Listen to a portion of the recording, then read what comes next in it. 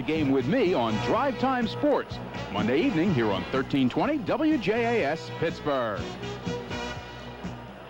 Penn State will kick off. Brett Conway to kick from the left hash mark. Alan Williams is back deep for Maryland along with Andrew Carter. They will stand inside the 5-yard line and wait for the kick from Conway. Well, Bill, we're getting to the heart of the game early on because this is what it's going to be all about. Maryland's offense against Penn State's defense, and Joe's going to find out right away.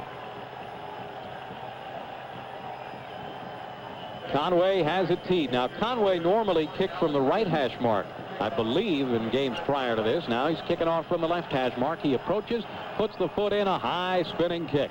This one goes to Carter at the 5-yard line, returning to the right side. He's out to the 10 to the 15, and his legs are taken out by Brian Miller right at the 16-yard line.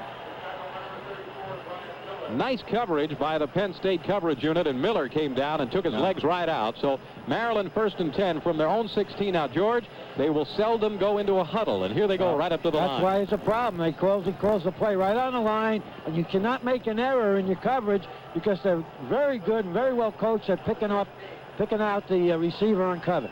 3 wideouts to the left, 1 to the right. Kramis to the right side. That's the short side of the field. A shotgun formation. Milanovic right away. Hands off to Mason. Takes it up the middle. Mason hit at the line of scrimmage. Taken down after a gain of a yard by Rob Holmberg, the starting outside linebacker. A gain of just a yard. 2nd down and 9 to go. Well, Maryland comes right out in a shotgun and goes to a draw play to Mason. You can see how quick he is. It was a nice recovery by Holmberg. 2 wideouts to each side. Milanovic is back to pass, throws to the outside, complete to Jermaine Lewis, sleeps 1 tackle at the 25, is out to the 30-yard line, and ridden out of bounds at the 30 by Brian Gelsheiser. But that is a Maryland 1st down at the 35. And that is one thing Penn State must not do, miss tackles. I think it was Monahan had him out there, and he missed him. It was Milner. Yeah, it was Monahan. Yep. Yeah, and he let him get away. Right up to the ball. Milanovic is back. He's under pressure. Tyoka Jackson has him, but he gets away. He's at the 20, scrambling around. It is taken down right there as the pressure was on right from the very beginning. But Eric Ravati is the guy who finally pulls him down for the sack. Great hustle by the down for Penn State.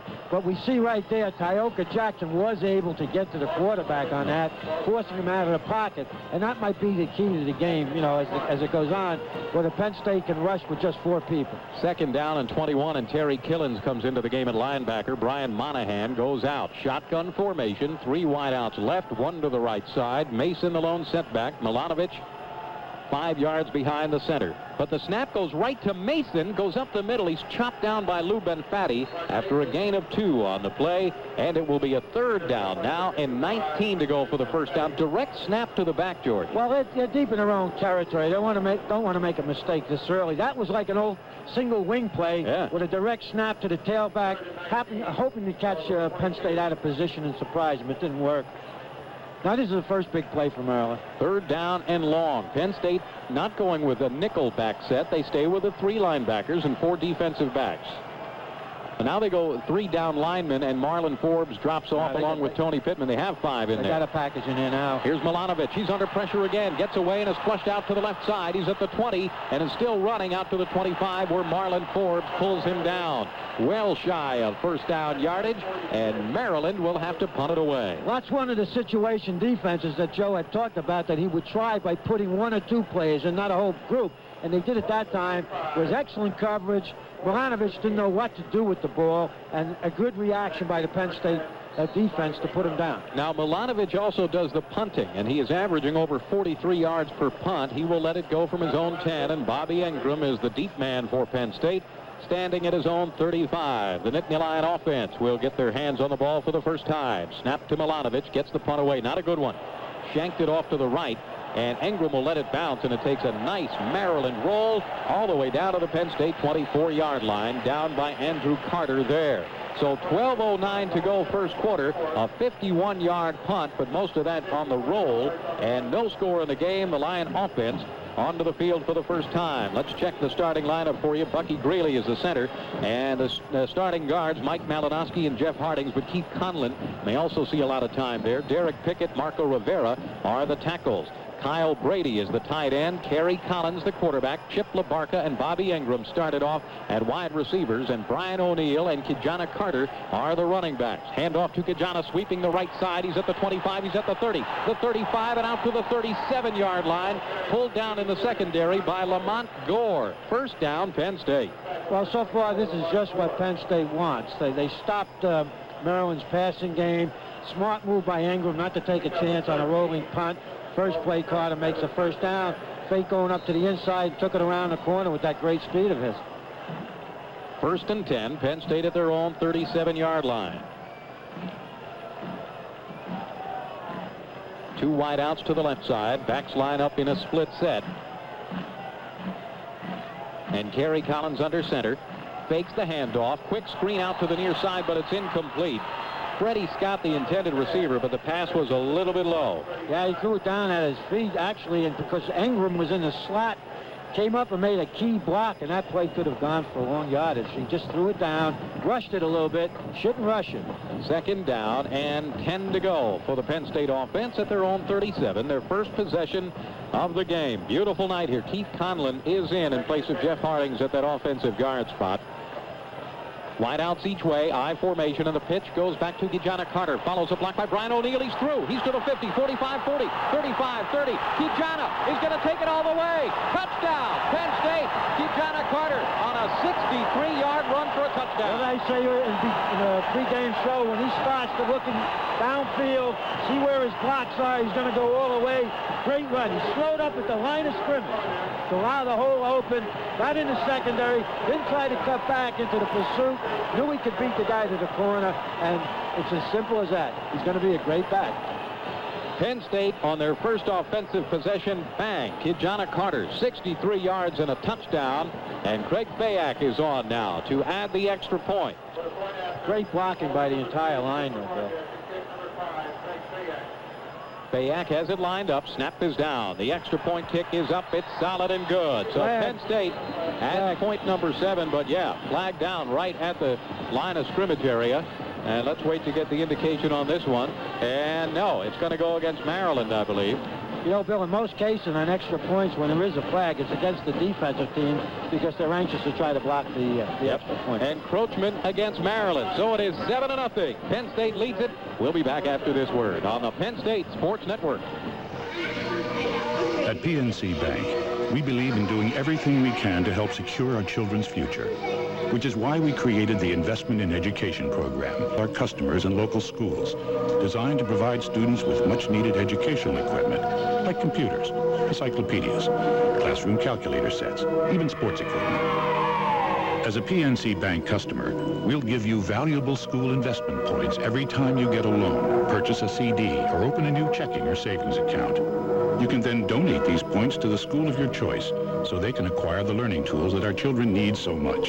It's our way of helping you and the community at the same time. So visit PNC Bank and ask for details on their Investment in Education program.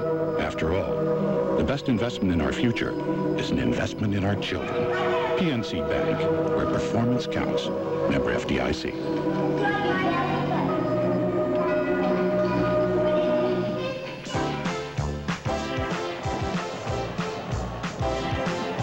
So Penn State will kick it back. If you joined us a little bit late, Penn State scoring on their first possession. Kijana Carter's in there, 7-0 with 11:29 to go first quarter. Brett Conway to kick it away again. High, short kick this time. Goes to Alan Williams in the 5. He's out to the 10, to the 15, to the 20. Up the middle at the 25. He's to the 30. Out to the 35 and dragged down there. Marlon Forbes making the tackle on the special teams. But a nice return by Williams. Actually, it's an excellent return. But, you know, Penn State, Conway's not kicking the ball as deep as he did early in the season. And that ball only went down to about the 10-yard line. Yeah. He's got to get him deep. 32-yard return. And here comes Maryland. Boy, this offense goes hot and heavy when they're out there. Not a pause in the action. 3 wideouts to the right, 1 to the left side.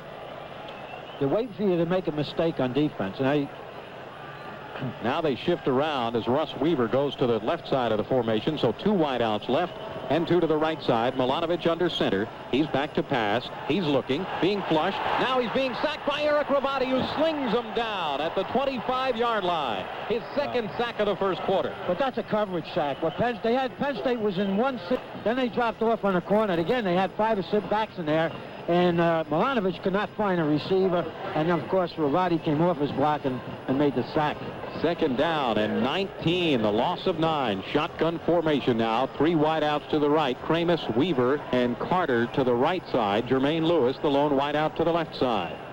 Penn State's changing their defense on every play. Milanovic is back to pass, throws to the left side, incomplete. Jermaine Lewis, they were trying to set up a quick screen to Lewis on the left side, but the pass was too high, incomplete. But Penn State read that. Ravati dropped off at the last minute to get in front of the screen man and Holmberg on the other side. Now what they're doing, they're playing Holmberg and Killens in the game at the same time. Both of them are outside linebackers. Yep. Third down and 19 to go. Here it is. Milanovic straight back to pass again. He's looking. Throws over the middle. He completes it to Carter, but Carter is to the 37-yard line. That's all. About the original line of scrimmage. Brian Gelsheiser and Lubin Fati combine on the stop. And it will be a 4th down and punting situation for the Maryland offense. See, that time they went with 3 people. Ravati, Ben Fati, and Tyoka Jackson with his 3-man rush. Dropped everybody off. Kept the ball in front of them. Made sure they didn't get the first down. They're playing great defense so far. We'll see. Milanovic to punt. Bobby Ingram, the deep man for Penn State, at his own 30-yard line. Everybody else up on the line of scrimmage. Yeah, and Bill, and I think sooner or later Penn State's going to break a punt return. Here's the snap. A good one. The rush is on, and it's blocked. The bouncing around at the 10-yard line. Derek Bana blocked it. Milanovic picks it up at the 8, and he's tackled at the 5. Bana blocks the kick, makes the tackle of Milanovic. Penn State's got it at the 5-yard line. Well, Derek Bana lined up on the outside. Then he came in off to the inside. Tremendous penetration. They went with the all-out block, just leaving Ingram back there. Penn State is on top of its game early on. The Nittany Lions, they'll mark the ball at the 7-yard line. 1st and goal from the 7 after the block by Derek Bana. Not only did he block it, he then made the tackle of Scott Milanovic, who picked the ball up and was going to try to run it out of there. He almost recovered it and ran it in, but this is not a good way for a team like Maryland with a leaky defense to start off against a powerful team like Penn State. 2 wideouts to the right. That's the wide side of the field. O'Neal and Carter in a split set in the backfield behind Kerry Collins. Handoff goes to Gajana Carter, sweeping to the left side. He's hit at the 6 and driven out of bounds. Nowhere to go that time. Andreal Johnson knocked him out of bounds at the 6-yard line. A gain of just 1.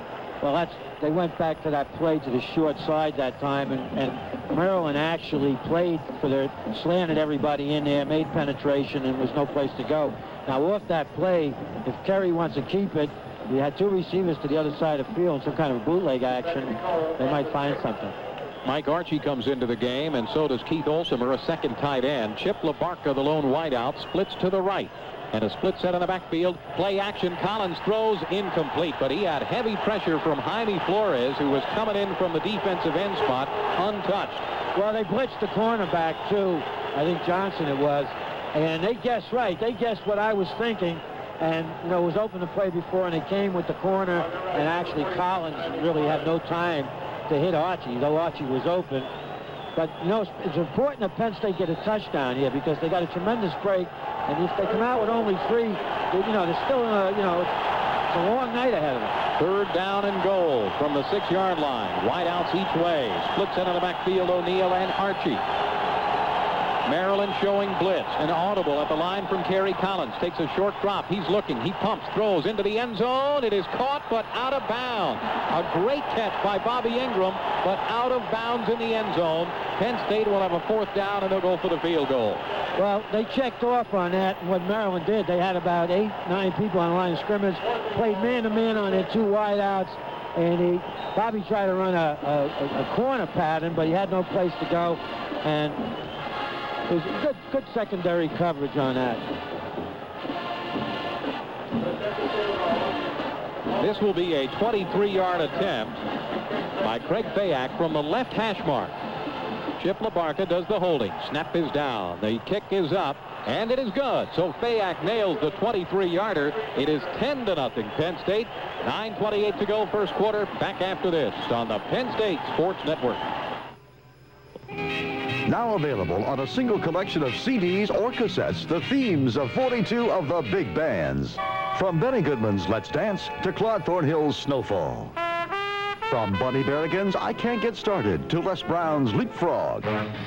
21 themes of the swing bands of the big band era and 21 themes of the renowned sweet bands of that time. From the Casa Loma Orchestra's Smoke Rings to the familiar sound of Lawrence Welk's Bubbles in the Wine.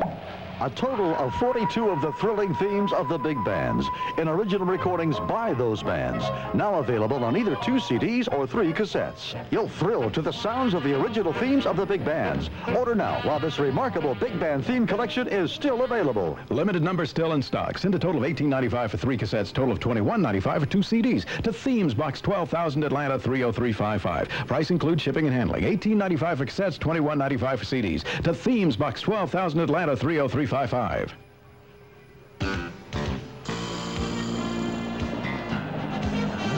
minutes, 28 seconds to go first quarter, and it has not been a good start for the Terrapins. The Nittany Lions with a touchdown and a field goal. They lead it 10-0, and Brett Conway will kick off for the 3rd time already in this game.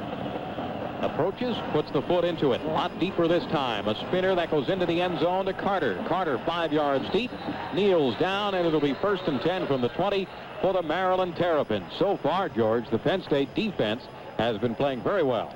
Well, it's early on. They have Maryland a bit confused, jumping coverages, but eventually, you know, they'll figure it out. And I hope that not getting a touchdown with a 1st down and the 8 doesn't come back to haunt them. I think eventually, offensively, they got to bring their fullback into their running game a little bit. Rotating in some defensive linemen. Jeff Perry and David Thomas are now in there on the defensive line, along with Claire and Ravati. 1st and 10, Maryland at their own 20-yard line. 3 wideouts right, 1 to the left side. Milanovic short drop, throws to the near side. It was tipped. Still caught by Jason Kramus, but he caught it out of bounds at the 25. So incomplete, but that ball was deflected at the line of scrimmage. I think Perry deflected at number 82. Remember last year when we pointed out when Maryland was taking a quick three-step drops, Penn State batted about 5 balls down around the line of scrimmage, and that's the first one tonight. That's the one a bad part about having a short drop, that if you get a tall lineman and he gets his hands up, he can bat the ball down. 2nd down and 10 to go. Penn State with their regular 4 defensive back lineup. Shotgun formation. Milanovic is back. He's looking. Throws to the far sideline. Completes to Jermaine Lewis. He is blasted out of bounds by Marlon Forbes at the 31. But that's a Maryland 1st down. Well, they got single coverage. Great route, great throw, but that's the way they hit him. Penn State's going to try to punish all the Maryland receivers. Jermaine Lewis, not a big guy, 5'9", 170. And Marlon Forbes is a big defensive back. He comes in at 6'1", 210. But with Lewis, he's a class sprinter, world-class sprinter. You better not miss him or he's gone. 1st and 10 from their own 31 for the Terrapins. They're traveling left to right here in the first quarter. Penn State jumping offside. David Thomas went across the line of scrimmage and may have made contact. Well, he certainly looked like he jumped unless somebody, iced him. I'll tell you what, Jamie Bragg, the center for Maryland, did something dangerous. As soon as Thomas jumped across, he stood up and pointed. Now, well, that's what I'm saying. He might have got... Thomas jumped. There's no doubt about it. Not only did he jump, he made contact. It's an automatic dead ball foul. And now probably Milanovic is changing his count a little bit to offset the Penn State rush. 1st down and 5 after the 5-yard penalty is marked off against Penn State. Carter, Weaver, and Kramus split wide to the right. Jermaine Lewis all by himself on the left side. And Mark Mason, of course, is the lone running back behind Milanovic. Well, they had an uncovered man there. Now Holmberg gets out on him. It's a slot. They got a triple slot here. Milanovic under center. Hands off to Mason. Off tackle to the left side. Oh, what a shot from Terry Killens after a gain of just a yard on the play. Boy, did he fill that hole. Well, I'm sure part of their scheme is when Mason's back there alone and there's a lot of audibilization going on, that somebody's keying on Mason, keep him home. This time, 3 wide receivers left, and the pitch goes to Mason. He's sweeping the left side. There's Killens again to make the hit at the line of scrimmage, and Mason goes out of bounds, and it'll be a 3rd down and 5 to go. Killens gets up a little bit slowly, but he's trotting back to his spot now. Good, clean, crisp tackle. I mean, they got a shadow on him. There's no doubt about it. You know, that so far I'm very impressed with Penn State's defensive scheme. Third down play for Maryland. 3 wideouts right, 1 to the left side. Mason behind Milanovic. He's going to go under center on this third down play. They've run it twice in a row. Penn State almost jumping off there. Now Milanovic audibling at the line of scrimmage. Still has time on the play clock. Weaver now resets to the left side of the formation. Back to pass Milanovic. He's looking. Throws to the near side. This one is almost picked off by Shelly Hammonds. Had the ball and a touchdown and dropped it. Well, he'll never get a better chance to get an easy touchdown. They had perfect coverage underneath and deep. Shelly just let himself go. Got off the leash. Flying up there for the interception. Maybe he saw that end zone out of the corner of his eye, and he dropped it. You know, Penn State had 2 guys who had a shot at the interception. Both of them, one underneath and one deep. Bono was out there as well. In fact, he may have tipped it before it got to Shelly. But they certainly so far have stymied this run and shoot offense. Milanovic to punt. Takes the snap. Wow, a boomer of a kick. Bobby Ingram drifting back to his own 16-yard line. Starts the return from there. He's out to the 20, out to the 25 before he's tripped up and driven out of bounds. One of the guys down there to push him out of bounds was Angel Guerra. First and 10, Penn State. 8 minutes, 34 seconds to go. First quarter, 10-0. The Nittany Lions lead it. A 46-yard punt that time by Milanovic. And the Lions have it first and 10 at their own 25. So Penn State started to rotate in some defensive linemen that time. And on offense, Freddie Scott will start this series at wide out along with Bobby Ingram. O'Neal and Carter in the backfield in the eye behind Kerry Collins. Freddie Scott in motion to the left side now on first down. Play action. Collins going to put it up on first down. Throwing deep down the near sideline for Freddie Scott. He makes the catch at the 30-yard line of Maryland in double coverage. Oh, what a throw and what a catch. Well, Bill, I tell you, as you said, it was a good catch also, but what a throw. Actually, I was going to say he threw the wrong man because Ingram came right up the slot, and he seemed to be wide open, but he went to Scott and laid it right in between the 2 defenders. Great throw. A 45-yard pass completion from Kerry Collins to Freddie Scott, and Penn State has it first and 10 at the Maryland 30. Ingram to the left, LaBarca to the right. High formation in the backfield now. On first down, the handoff to Kijana Carter off tackle to the right. Hit at the line of scrimmage and taken down now. And a flag goes down at the 25-yard line. So let's see what that is all about. Well, Bill, they have to give the ball to the fullback, and they have to attack a little bit more in between the tackles because as soon as Kijana Carter moves out towards the sidelines, they're flowing. The whole team is flowing because they're using the fullback as the lead blocker also. Face mask against Maryland. Yep. They can't seem to be doing anything right so far, but the Penn State eventually has to, punish them inside with those big fullbacks. So a face mask penalty goes against the Terrapins. They had stopped Kijana for no gain on the play. Lamont Gore and Jaime Flores leading the defensive charge. I wouldn't be surprised if you didn't see the fullback get the ball right now. We talked about how young this defense is of Maryland. Their leading tackler is a true freshman, Radcliffe Thomas, the inside linebacker from Woodbridge, Virginia, and he's one of several freshmen on this defense. They showed excellent pursuit then. Yep. First down and 5 from the 25-yard line of Maryland. Ingram wide left. Now LaBarca in motion to the left side. The handoff on the counter to Archie back to the right side. A block by Rivera. He's at the 20, 15, 10, 5, and down to the 4-yard line. A touchdown-saving tackle from Lamont Gore. That was a counter now. That was a different formation where they showed almost an unbalance to the wide side of the field. But Brian O'Neal made the initial block, the kick out, enabling Archie to make the cut up inside, and off he was. Almost to the 4-yard line on that one. Yep. A first and goal now for Penn State. Good block by Rivera, too, as you said.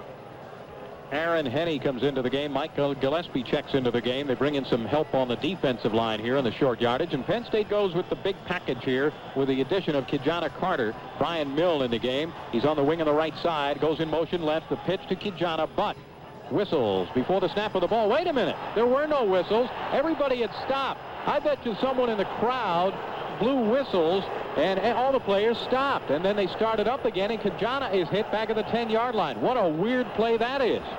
Well, the officials are getting together here. Now, wait a second. Something's going on here.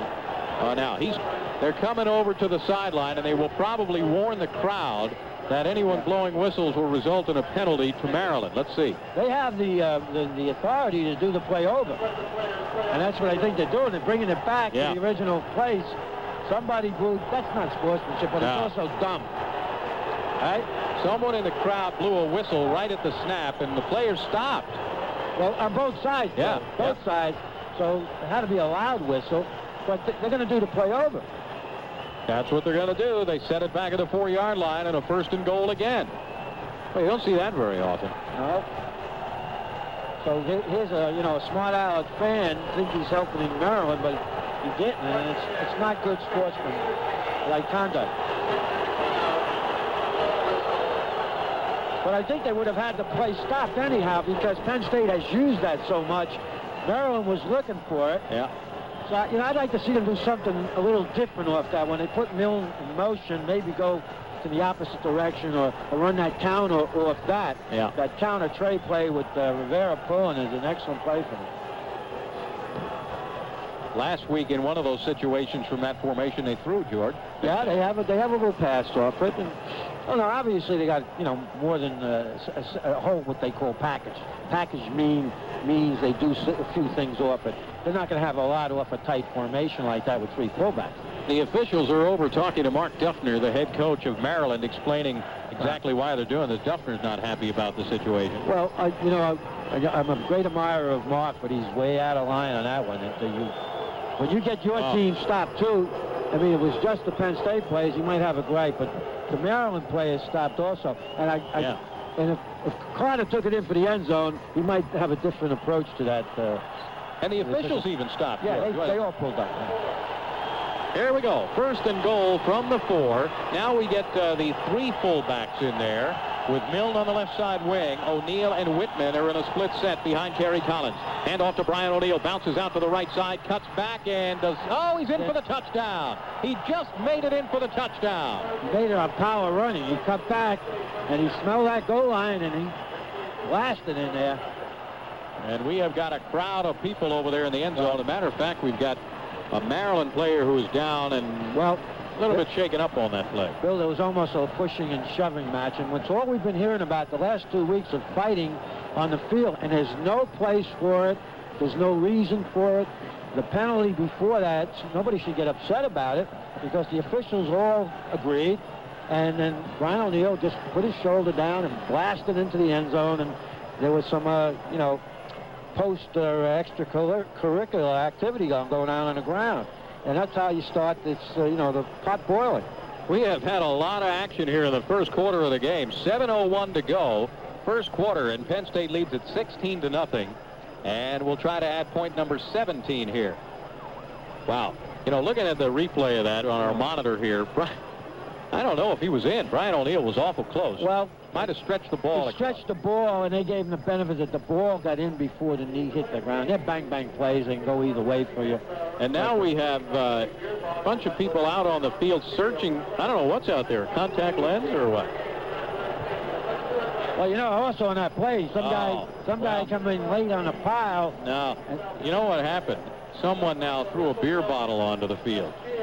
And, I see. And it broke. And that's what they're doing now is cleaning up glass. So this is starting out to be an ugly situation here. Well, I always thought Maryland people were gentlemen, fans. And Lord Baltimore, when he bequeathed this territory and bestowed him, he was a gentleman. And I'm just saying that facetiously, but I hate stupid fans, whether they're Penn State fans or any fans, but to do something like that, throw a beer bottle on with a bunch of kids playing a sport, and then they wonder why they have these incidents. Yeah. Well, the extra point attempt is coming up as Penn State gets ready to line this one up here. Craig Fayak will attempt the extra point.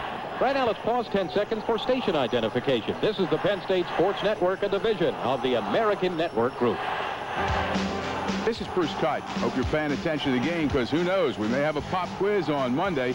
Join me for Drive Time Sports here on the home of the Nittany Lions, 1320 WJAS. Will attempt the extra point out of the hole of Chip LaBarca. The snap is down. The extra point is up. It is no good as Fayak maybe out of a shaky hold, hooked it off to the left side. So the extra point is no good. Penn State leads at 16-0.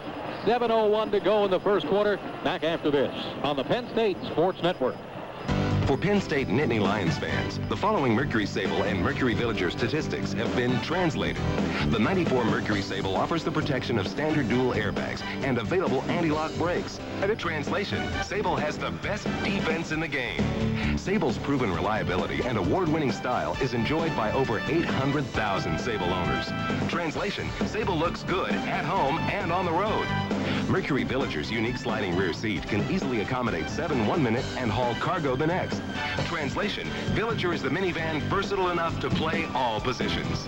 And Mercury Villager drives more like a car than other minivans. Translation, it's agile. It moves like a halfback. Mercury Sable and Mercury Villager. Translation, either call you make, you've made the right one. Driver and right front passenger airbag supplemental restraint system. Always wear your safety belt.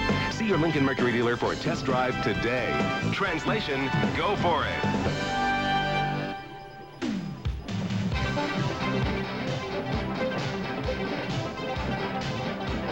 Well, make sure you don't stray too far from your radio because you might miss something here. We've had a lot happen here in the first quarter, and Penn State leads at 16-0. A long touchdown run, a blocked punt, a beer bottle thrown on the field, a whistle blown from the crowd that stopped play. But Penn State, fortunately, leading at 16-0 now. And there's still 7 minutes to go in the first quarter. That's wow, it's going to be a long night. Oh. But Penn State will kick it away again. Brett Conway to kick off for the 4th time in the first quarter. Alan Williams and Andrew Carter are deep at the goal line. Last time, Conway booted it 5 yards deep into the end zone. And here we go again. He approaches and kicks. High spinner. Won't get that deep this time. Goes to Williams at the 4. He's out to the 10, to the 15, breaks outside to the right, is chopped down at the 18. Kim Herring down on the coverage. Boy, the Penn State kick coverage team is really going. Well, Kim Herring, another freshman tailback. You hate to call him a fourth-string tailback because he's so good, but he does a great job on the specialty teams. He gets down there fast. Let's check the Penn State defense. Chris Mazik is now into the game on defense for Penn State. Joe Paterno told us that in the pregame, that he would be switched from offense to defense because Vin Stewart was out with an injury. Todd Atkins is also in on the defensive line, along with Tyoka Jackson and Lou Benfatti. Motion from Russ Weaver. Now 2 wideouts to the right, 2 to the left in the shotgun for the Terrapins. High snap. Milanovic pulls it down. He's looking under pressure. Milanovic will go down. It's Tyoka Jackson. He's got him at the 8-yard line. His 4th sack of the season. You know, let's not forget to say Tyoka's a Maryland boy. Yep. He played near here, and that's just persistency. He just kept coming, and the coverage was great.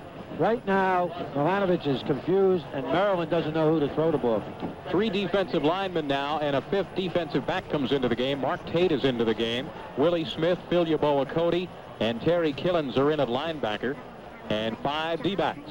2nd down and 19 after the sack. Here's the draw play to Mason.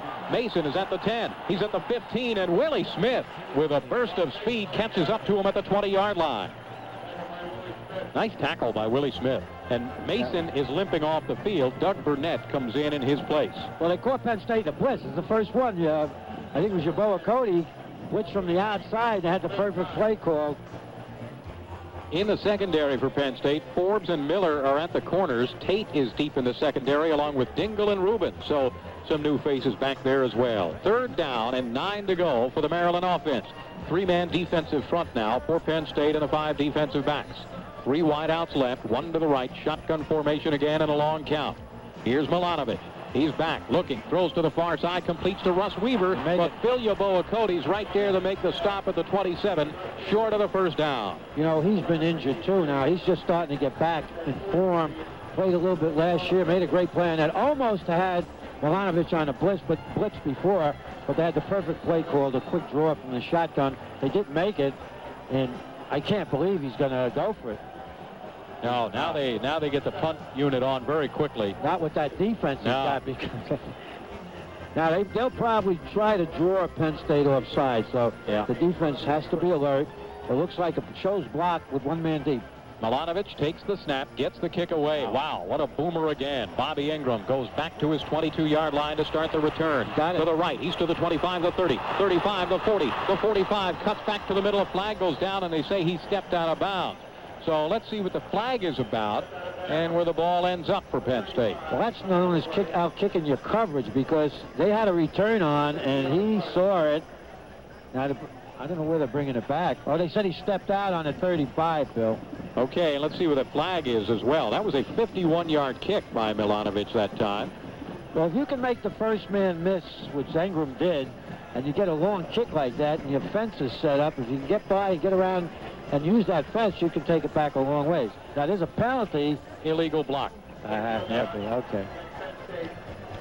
So Ingram stepped out at the 35, but the penalty will move the ball back to the 24-yard line. Penn State will have it first and 10 at their own 24 with 4:38 to go first quarter, and the Nittany Lions leading it 16-0. Well, I don't know if he stepped out on the 35. I think that's where the penalty occurred. I'm not sure he didn't get upfield a little bit more. I'm not clear on that, but it certainly takes them back. Kim Herring is into the game at one wide receiver spot. First time we've seen him there. Bobby Ingram to the right side, and an I formation in the backfield. Handoff on the counter, and the handoff to Herring on the reverse. Herring is hit at the 20-yard line and taken down. Mike Settle, the linebacker, took him down, and also a flag down. A late hit, and Maryland's not playing well. I don't know if it was Gore, the safety, or Johnson, the corner, that comes in. You'll see it. They played it very well. They stayed at home, and then you'll see a late hit, or a late hit did occur. Andreal Johnson, I believe. It was Johnson, yes. And that's a dumb. They stopped the play for no gain, and now they got a nice penalty with another first down, and that's why they had that young man in there. Right. For that specific reason, because he's got great speed. But I think, Joe would like to get a quick one if he can, but he's going to go back and, start running that ball, pounding it, taking time off the clock. First and 10. Penn State at their own 35 after the penalty is walked off. I formation in the backfield now. Wide outs to each side. Here's the draw play to Mike Archie. He's at the 35 out to the 37 where he is ridden down. Gain of just 2 on the play. It'll be a second down and 8 to go. Jaime Flores leading the defensive charge for the Terrapins. Up off the bottom of the pile, Ratcliffe Thomas, the inside backer. Bill, the more a back plays and the experience he gets, the better cuts he made. Archie made a bad cut on that. He took it to the outside. If he stayed up inside, he would have gotten about 5 more yards on that play. But that comes with experience. Second down and 8 to go. Bobby Ingram to the right, LaBarca to the left side. I formation in the backfield now. And Kerry Collins. Play action this time. He's looking to throw. Has protection. Fires to the outside. Complete to Brian O'Neill. And he's ridden out of bounds at the 42 by Mike Settles. That will be about 3 yards shy of the first down. Third down and 3 for Penn State. Well, the good part about that is that Collins looked off. He found no receiver, then got his outlet receiver, which was the fullback in the flat, and made something out of it, where they got a shot at the first down. Third down play. And Penn State will go with O'Neill and Archie in the backfield. LaBarca and Ingram, the wide receivers. Fullbacks have not, O'Neill ran one for the touchdown, but the fullbacks have not carried the ball much. Backs are in an eye. LaBarca in motion to the left side. Blitz is on, and the handoff to Archie, sprinting to the left corner. He's at the 40. Turns up at the 45. He's to midfield and to the 49 of Maryland. Raphael Wall and Gene Green combine on the tackle, and that's a Penn State first down at the Maryland 49. Well, that's just sheer speed, because Maryland had the blitz on, and they smelled the play, and then Archie just got deep enough to get around the corner and the blitzing people and make the first down. That's what speed can do for you, and you can't coach it. Al Wallace into the game for the defense of Maryland now, a defensive end. Archie, the 200-pounder from Sharon, Pennsylvania, remains in the game. He's in the I formation. The handoff to O'Neill, but penalty flags down before the snap for the ball. Pickett, the left tackle, was jumped. So illegal procedure will be the call against Penn State, 5 yards, and it will be a first down and 15 for Penn State.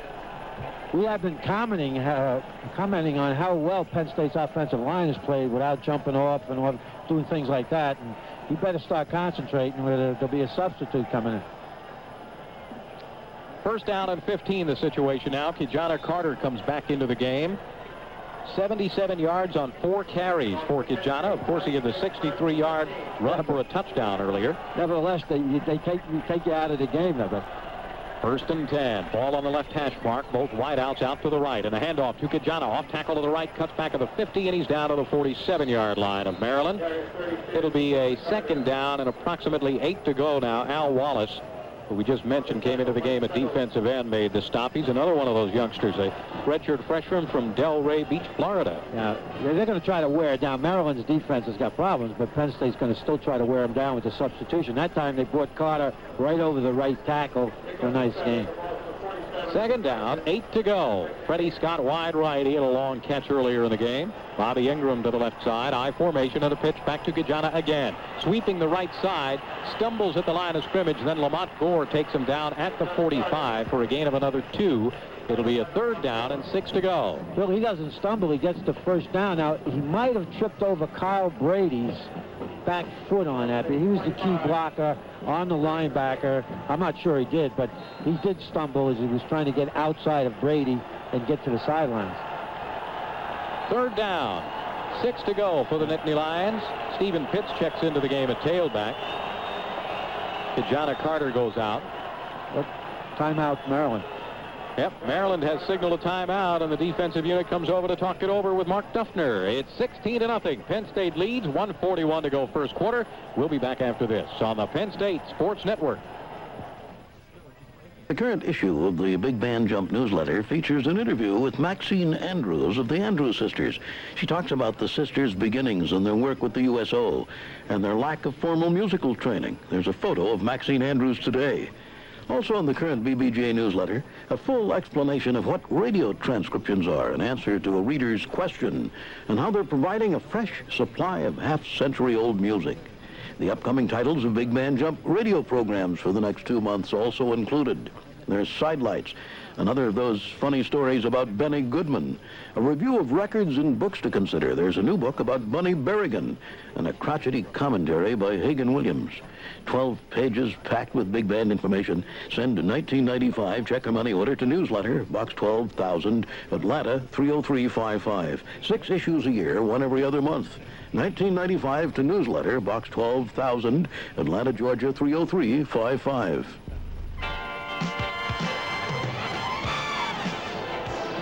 So after the timeout, it's a third down and 6 for the Nittany Lions. You know, Bill, they haven't gone to Ingram much, and last week they hit about 5 curls. They haven't tried it yet. Here's Collins back to pass. He throws incomplete. Might have been a mix-up in the routes there because Bobby Ingram pulled up on the sideline. Collins threw it deeper down the sideline, and Penn State, for the first time in this game, will have to punt. Well, what they did, they hooked up on Ingram. Like they hit it a couple of times last week, and then Archie came up from a slot and did a deep out, and Kerry didn't know who he wanted to throw it to, really. Andre L. Johnson drops deep for Maryland, standing at his 20. And B.J. Masillo will try to hang it in there. Takes the snap from center. It's a good one. Here's the punt. High, spiraling kick. Johnson will let it bounce at the 15-yard line. Bounces laterally, and it is down by Brian King at the 13-yard line. So Maryland will take over first and 10 at their own 13-yard line with 1:25 to go first quarter. Penn State leading at 16-0, and the Maryland offense has not been able to do hardly anything so far. Milanovic has been controlled. They have controlled the passing game, and the running game hasn't gotten too much. He is 4 of 7 for 39 yards passing so far. Well, I think they only have 2 or 3 first downs, which, you know, with this type of high explosive offense, you can't contain them like this the whole game. They're too dangerous. First unit defense is back in there. First and 10, Maryland. 3 wideouts all bunched up on the right side there. That's the formation Minnesota used. Well, what they do with that, they get a little triangle there, and then they come off, and they all go in different directions. It's like picking in basketball. Here comes a blitz. Milanovic back. He is sacked back at the 6-yard line, and it was Derek Bana who came, or Brian Monahan, who came on the outside blitz, made the sack at the 6-yard line. See, that's good defensive football. Mix up that kind of a blitz. They put those 3 receivers in a triangle. He was out there as a potential pass defender. Then he came in at the last minute from the outside, and Milanovic never had a chance. You didn't even see him. Second down and 18 to go after the sack. Well, if they keep coming like that, Penn State's going to get an intercept. The shotgun and a snap goes out of the end zone. It is a safety. They were in the shotgun formation. Jamie Bragg snapped the ball. Milanovic was not looking. There is a flag down as well, but a safety is the signal. Let's sort all this out now. Well, they're getting a little shook up. That should be a safety of 2 points, and Penn State gets the ball back on a free kick. I don't... No flag. They must have picked up the flag. So the safety, Penn State gets 2 more points to make it 18-0. And they'll get the ball back as Maryland will have to kick it back. Which is a big 2 points. That is big, too. 18-0. We'll be back after this on the Penn State Sports Network. Car accidents can happen at any time, and they can happen in the blink of an eye. The trouble is, if you drive after drinking, you can't react that fast. At State Farm, we understand the importance of designated drivers. They save lives by driving and not drinking. Accidents happen, but drinking and driving, that's an accident waiting to happen. State Farm asks you to be a good neighbor. Be a designated driver. This message brought to you by State Farm and your local State Farm agents. Your Subaru dealer's Silver Anniversary Celebration. And during our Silver Anniversary Celebration, you'll save up to $3,000 on selected Legacy L sedans and wagons. So hurry. Don't wait. And don't delay. Get to your Subaru dealer's Silver Anniversary Celebration today. Purchase savings on a Legacy L based on factory-to-dealer cash or factory-to-customer cash, depending upon dealer location and participation. Availability limited. See dealer for details.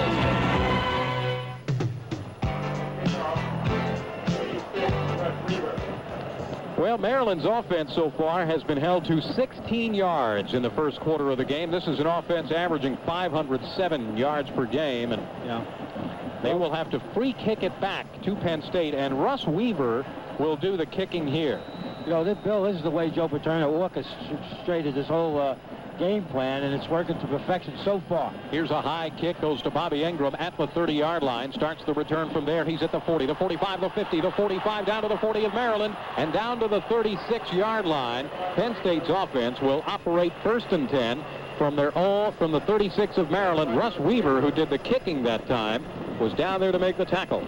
Great opportunity for a play-action pass. Try to get one deep. They're not getting that. They're getting a lot of single coverage on the wideouts or a screen. 34-yard return by Bobby Ingram, and it's 1st and 10 Penn State at the Maryland 36-yard line. We've had just about a little of everything here in the first quarter. It's a bizarre first quarter. Yeah. On 1st down, Kerry Collins back to pass. He's under pressure. Now throws one to the sideline, throws it out of bounds and incomplete. Boy, and there's a late flag. They're going to get him with grounding, I think, because there was absolutely no one around that area. Well, I see that. To me, that's not a great call. If they're running the ball so well, why not do it from play action and instead of straight drop back where the secondary and the linebackers can read it? They had a rush on, and he did. He grounded the ball. Now sometimes they don't call it. Officials let it go. Yep. That's a loss of a down too. Yeah. So the intentional grounding call against Penn State will push the ball back into Penn State territory at the 47, and a loss of down. So it'll be a 2nd down play. And they have to get all the way down to the 26-yard line for a 1st down. So 27 yards to go.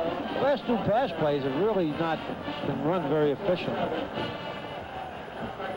On 2nd down, both wideouts to the right side. That's the short side of the field. But now Freddie Scott in motion to the left. High formation in the backfield. Here's the draw play and the handoff to Stephen Pitts up the middle. Down into Maryland territory to the 48-yard line. Making the first contact was Radcliffe Thomas, the inside linebacker. Eric Wood also there, his mate at the inside linebacking position. That was the counter play. Pitts made a nice cut. He broke it back tight to the inside, and he stumbled. So he could have picked up another 5-10 yards. 3rd down play, still a long way to go. They have to get to the 26 or at the 49, so it'll be 23 to go. Yeah, but the one thing they shouldn't do, even though they have an 18-point lead, is get conservative here. They haven't run that. They tried once to run that curl. Last week they were picking up key 3rd down plays by putting 2 receivers on one side, either double outs or curling one in, and let one run and flatten up, and then curling the other one around. That's the end of the first quarter as Penn State leads it 18-0 after one wild quarter at Byrd Stadium. We'll be back after this on the Penn State Sports Network. If you were to pick one book to reflect adequately the stories, the atmosphere, the feeling behind the big band era, we suspect The Big Bands by George Simon would be that book. It includes the personalities, the music, the business, and the history. It's acclaimed by all those who have it, including us, as an invaluable addition to big band libraries. It contains 600 pages, 300 photographs, profiles of hundreds of big bands and their leaders, and a chapter on big band vocalists, the influence of radio and movies on the development of the era, plus individual in-depth background of each of the key names in the history of the big bands. It's $23 plus $3.50 shipping and handling in paperback, a total of $26.50 to book. Box 12,000, Atlanta, Georgia 30355. $26.50 to book. Box 12,000, Atlanta, Georgia 30355. Second quarter. It starts with Penn State with a third down and 23 from the 49 of Maryland. Kerry Collins back. The blitz is on. He's looking. Throwing deep down the right sideline for Bobby Ingram. Ingram out of bounds. Makes the catch, but he's out of bounds. Pretty good coverage from Andreal Johnson. And it will be a fourth down and punting situation for Penn State. And here's a Pennsylvania State Lottery reminder. Don't forget to play your lucky number every day. Lottery proceeds benefit older Pennsylvania. Second quarter just underway. So when you're 3rd and 22, you know, everybody loosens up on the corners. They elected to go deep on that. Punting situation. B.J. Masillo to kick it away. Orlando Strozier is the deep man for Maryland at his 10. The rush is on, but B.J. gets off a nice high fluttering kick.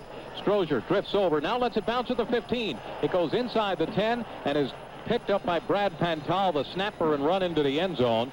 He says somebody touched it, but they will say it's down at the 8-yard line. Well, nobody touched that. The punt returner had to make a decision, and but it was a great punt. He's hanging him high. This is what you want from your punter, allowing your coverage team to surround the ball, and Maryland has to start deep in their territory again. The last time on the safety, what happened, Milanovic was in a shotgun trying to check off, and the center snapped the ball. Yep. Maryland, 16 yards of total offense in the first quarter to Penn State's 172 yards in the first quarter. First and 10, Maryland at their own 8-yard line. 2 wideouts right, 2 to the left. Walt Williams, one of them now into the game. And to the left side, Jermaine Lewis along with Geroy Simon. But here's the handoff to Doug Burnett. He is hit right at the 8-yard line and ridden down there. Nowhere to go for Doug Burnett. Tioka Jackson was there on the tackle for the Penn State defense, and it will be a second down and 9 to go. Now, Mark Mason has not come back into the game since we saw him limp to the sideline. Yeah, he got hit real hard. But Penn State's doing a great job of, they're showing one defense, allowing Milanovic to look at it and try to audibilize, and then after he audibilizes, they jump the defense and change it again. Second down, 9 to go. 3 wide receivers all bunched to the left side, 1 to the right side. That's Walt Williams by himself over to the right. Here's the shotgun formation again. On second down, Milanovic is back to pass. He's looking. He's under pressure. Eric Ravati's after him. He tackles him in the end zone. He unloads it, and it is picked off at the 10-yard line. Penn State will have it first and goal at the 10. Was that Brian Monahan who came up with the interception? Picked off by Monahan, and Penn State has a first and goal. Give credit to Ravati on that one, though. He was in on Milanovic. Milanovic made a bad decision because if they didn't call it an interception, it would have been another safety. So there was nothing he could do. It was Ravati all the way. He made the play. He forced the action. Monahan, the ball stuck right between his numbers, and he, that's what a linebacker hopes for. Now Penn State might be able to put this game away, but I want to see him take it into him tough and run it in. Well, I like to see that fullback get the ball a little bit more. Justin Williams in at wide out, in motion now from left to right. High formation, O'Neal and Carter. Hand off to Carter, bounces to the left side, and then powers down to the 5- and 4-yard line on the play for a gain of 6 yards. It will be a second down from goal, and goal from inside the 5-yard line. Andreal Johnson was one of those down to make the tackle. Well, Bill, Maryland guessed right. They keyed tailback. They keyed him. Came to the strong side with a linebacker blitz, and Carter just saw it, took it back against the grain, and made 6 shots. Second down and goal. from the 4-yard line. Split set in the backfield this time. The handoff to Kijana again. He's at the 5, runs over a man and goes in for the touchdown. Touchdown, Penn State, as Kijana Carter just bowled over a defensive back and got into the end zone. Well, he ought to take Brian O'Neill out to dinner tonight or tomorrow or whatever, because Brian O'Neill, you know, when you block, you don't get too much credit. He's making the key blocks at the point of attack, the block that enables the back to make the key cut. And he just flattened his man. So Kijana ought to just, you know, take Brian out to dinner. I mean, if I had a blocking back like that, I would. Before the game, we mentioned how strong Kijana was. He ran over 222-pound Eric Wood to get into the end zone. Here's the extra point kick. It is up. It is solid. It is good. And Penn State scores again to make it 25-0 with 13:07 to go till halftime. We'll be back after this on the Penn State Sports Network.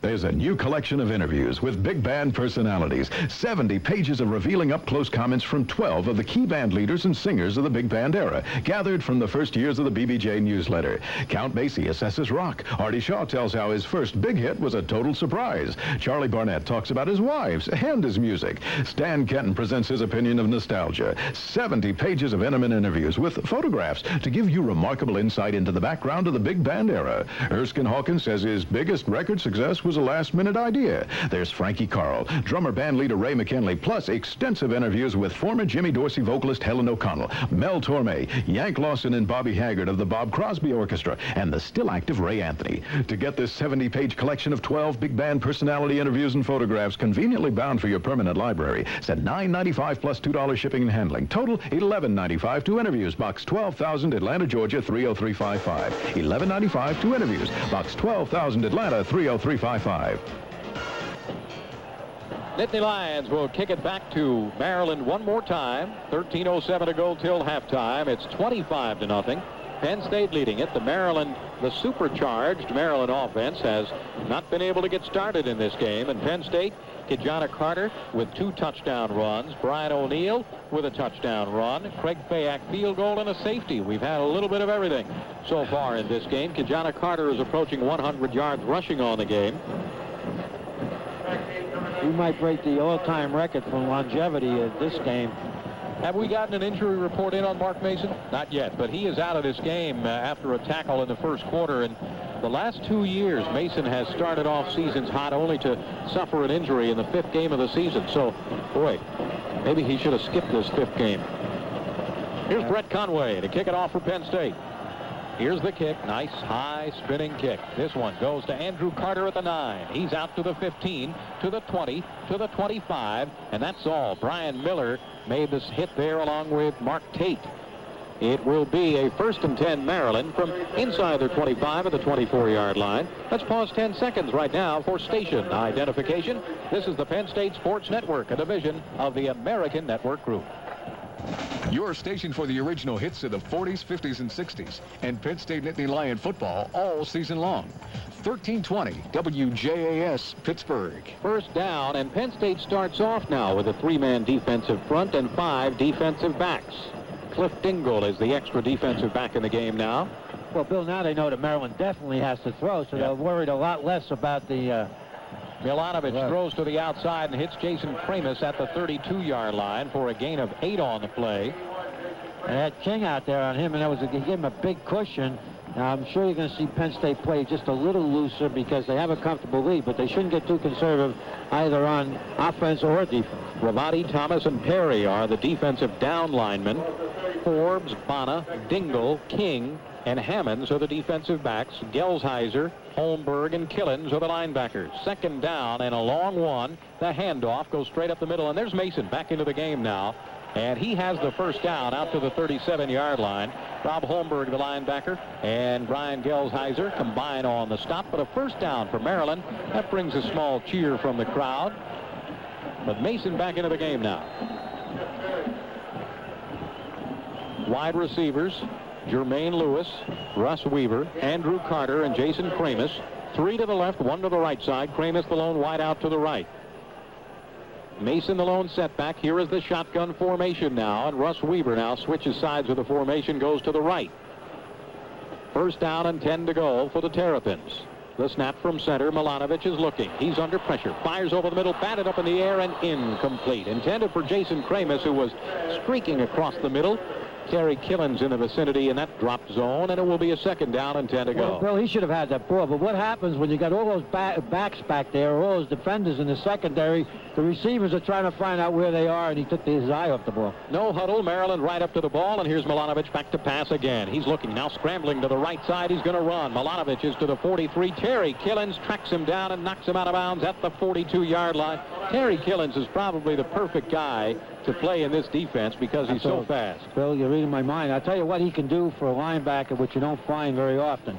He's big enough to play the run tough, and in open field, he can track down a ball carrier and make an open field tackle. 3rd down and 6 to go. Clock is running with 11:50 to go till halftime. Penn State up 25-0. Maryland trying to get another 1st down. Well, shotgun formation. See, they show 3 receivers. Penn State shows 4 defenders. Now they're going to a balanced offense. 2 receivers each side. From the shotgun, Milanovic takes the snap. The blitz is on. He's looking. Throws to the near side for Carter. It is picked off. Intercepted at the 38. Cliff Dingle makes the interception at the 38-yard line. 2nd interception of the game for Penn State. Played perfectly. Well, you can't play it any better than that, but Milanovic made a bad throw. Carter was the only receiver halfway open. He lobbed it out there. He thought he could get it over to the defensive back, but Dingle just waited and then picked it off. So the Penn State offense back onto the field, and let's check the offensive line for you. Dale Harvey is into the game now. Keith Conlon, Bucky Greeley, Andre Johnson is in at an offensive tackle now, and the other guard is Malinowski. So a new set of tackles in the game now for Penn State. And Pitts is a tailback, Bill. And Keith Olsemer, the tight end. O'Neal and Pitts in the eye. Play action. Kerry Collins looking to throw. There it is. Fires one deep down the middle, going for Freddie Scott. Freddie Scott can't quite make the catch.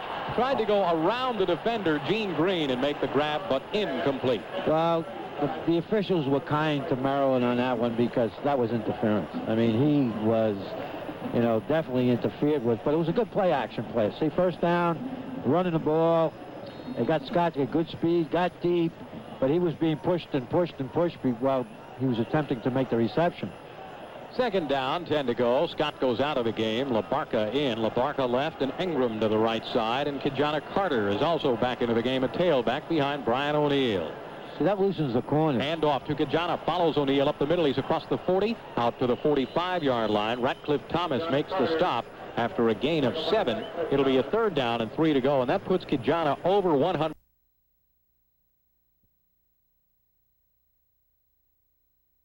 In LaBarca left and Ingram to the right side, and Kijana Carter is also back into the game, a tailback behind Brian O'Neal. See, that loosens the corner. Hand off to Kijana. Follows O'Neal up the middle. He's across the 40, out to the 45-yard line. Ratcliffe Thomas makes the stop after a gain of 7. It'll be a 3rd down and 3 to go, and that puts Kijana over 100 yards for the game at 102. Something else, George, we neglected to mention is that Craig Fayak with his field goal earlier in the game.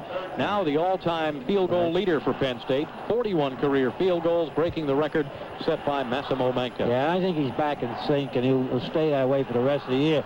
Again, O'Neal leading up. When you get your fullback 5 yards downfield making blocks for you, you're in good shape. 3rd down and 3 to go. High formation. Wideouts to each side. Now Justin Williams in motion from right to left. There's that counter. Here's the handoff on the counter. Stephen Pitts bounces out to the right, cuts it back to the left side, and is stopped just shy of the 1st down at the 47-yard line. Getting up off the bottom of the pile that time for the defense of Maryland was Angel Guerra. I think what happened, Conlon and O'Neal both blocked the same man. They had a little talk after that play. Now, Penn State is about half a yard short, but it'd be foolish to take any chances, so they're going to kick it, especially the way their defense is playing. 4th down and a yard, and V.J. Masillo, who's been punting well, comes on to kick. Orlando Strozier drops deep for Maryland. He'll set up at his own 10-yard line. And Maryland with 8 men up on the line of scrimmage. They came after him last time. Here's the snap from center. Masillo takes the snap, high, spiraling kick. Strozier goes after it and bobbles it, and there's a flag down at the 20-yard line. And he did come up with the ball, maintain possession of the ball. Let's see what that flag is about, though. I think it's on Mason or number 20, Williams, for blocking below the waist. Or else, because there was no other Penn State around. But let's say it's against. It could be interference with reception of the punt. And that's what it is, against Penn State. The coverage man was a little too close. And it's a yard. That's pretty close call. Okay. In his defense, Strozier kind of drifted that way. And I thought that's what I was thinking. Yeah. Strozier kind of drifted into him a little bit. But first of all, he should have fair caught the ball. The penalty goes against Penn State. And it'll be 1st and 10 from the 25-yard line for the Terrapins. 9:37 to go first quarter. Penn State leads it 25-0. And Maryland's offense trying to get something going here.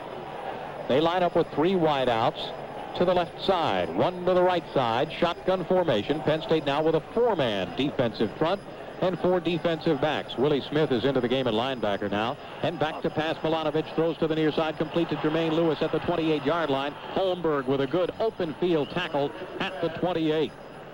Gain of just 4 on the play. Well, Jackson is looking for the officials because he got tackled on that play, believe me, by one of the offensive linemen. Well, what Penn State does, when they go into the shotgun like that, they'll bring the other guy in, and they're showing 4 on almost every play because Maryland is in the shotgun more than the T formation that they had used before coming into this game. Here is that shotgun, and Milanovic takes the snap. The blitz is on. He dumps one over the middle on the middle screen, completes it to Larry Washington, who was just ridden out of bounds by the ever-present Terry Killens. A loss of a couple of yards on the play. It'll be a 3rd down and 7 to go. Killens is going to be a great one, Bill, because Bragg, the center, that was his man, and he'd come out on him, and he even held a little bit. What's going to happen now that the offensive line of Maryland get a little tired, and Penn State keeps coming with a lot of substitutions, so you're going to get a little holding. Yeah, on that defensive line now, Chris Mazik, Todd Atkins are into the game, along with Lubin Fatty and Tyoka Jackson. They moved Mazik over from the offensive line. Yeah. 3rd down play, 7 to go, 2 wideouts, right 2 to the left side, shotgun formation again for the Terrapins. Milanovic takes the snap. He's back to pass. Has protection. Fires. Complete to Jermaine Lewis at the 34-yard line, but tackled right away, and that'll be short of the 1st down. Marlon Forbes was right there to rake him down. It'll be a 4th down for Maryland. Well, Bill, we know Maryland can throw the ball and throw it well because you don't put those kind of stats up. But I think Penn State secondary is reacting to the ball better tonight than I've seen in a long time. They're coming in recklessly. As soon as that ball's in the air, they're closing on the receivers, and they're tackling well, and they're tackling very sure.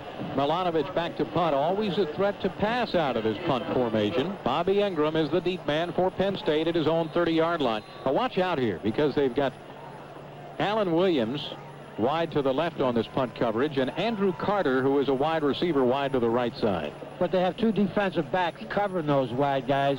One is Hammonds and one is Forbes. So, you're talking about pretty good coaching staff. Those guys released, I'm sure they're going to release with them and look for, that they're possible receivers. 4th down and a yard to go. Milanovic at his 20-yard line, waiting for the snap from center, trying to draw Penn State off. Here's the snap. Milanovic takes it and gets the kick away. Another booming kick.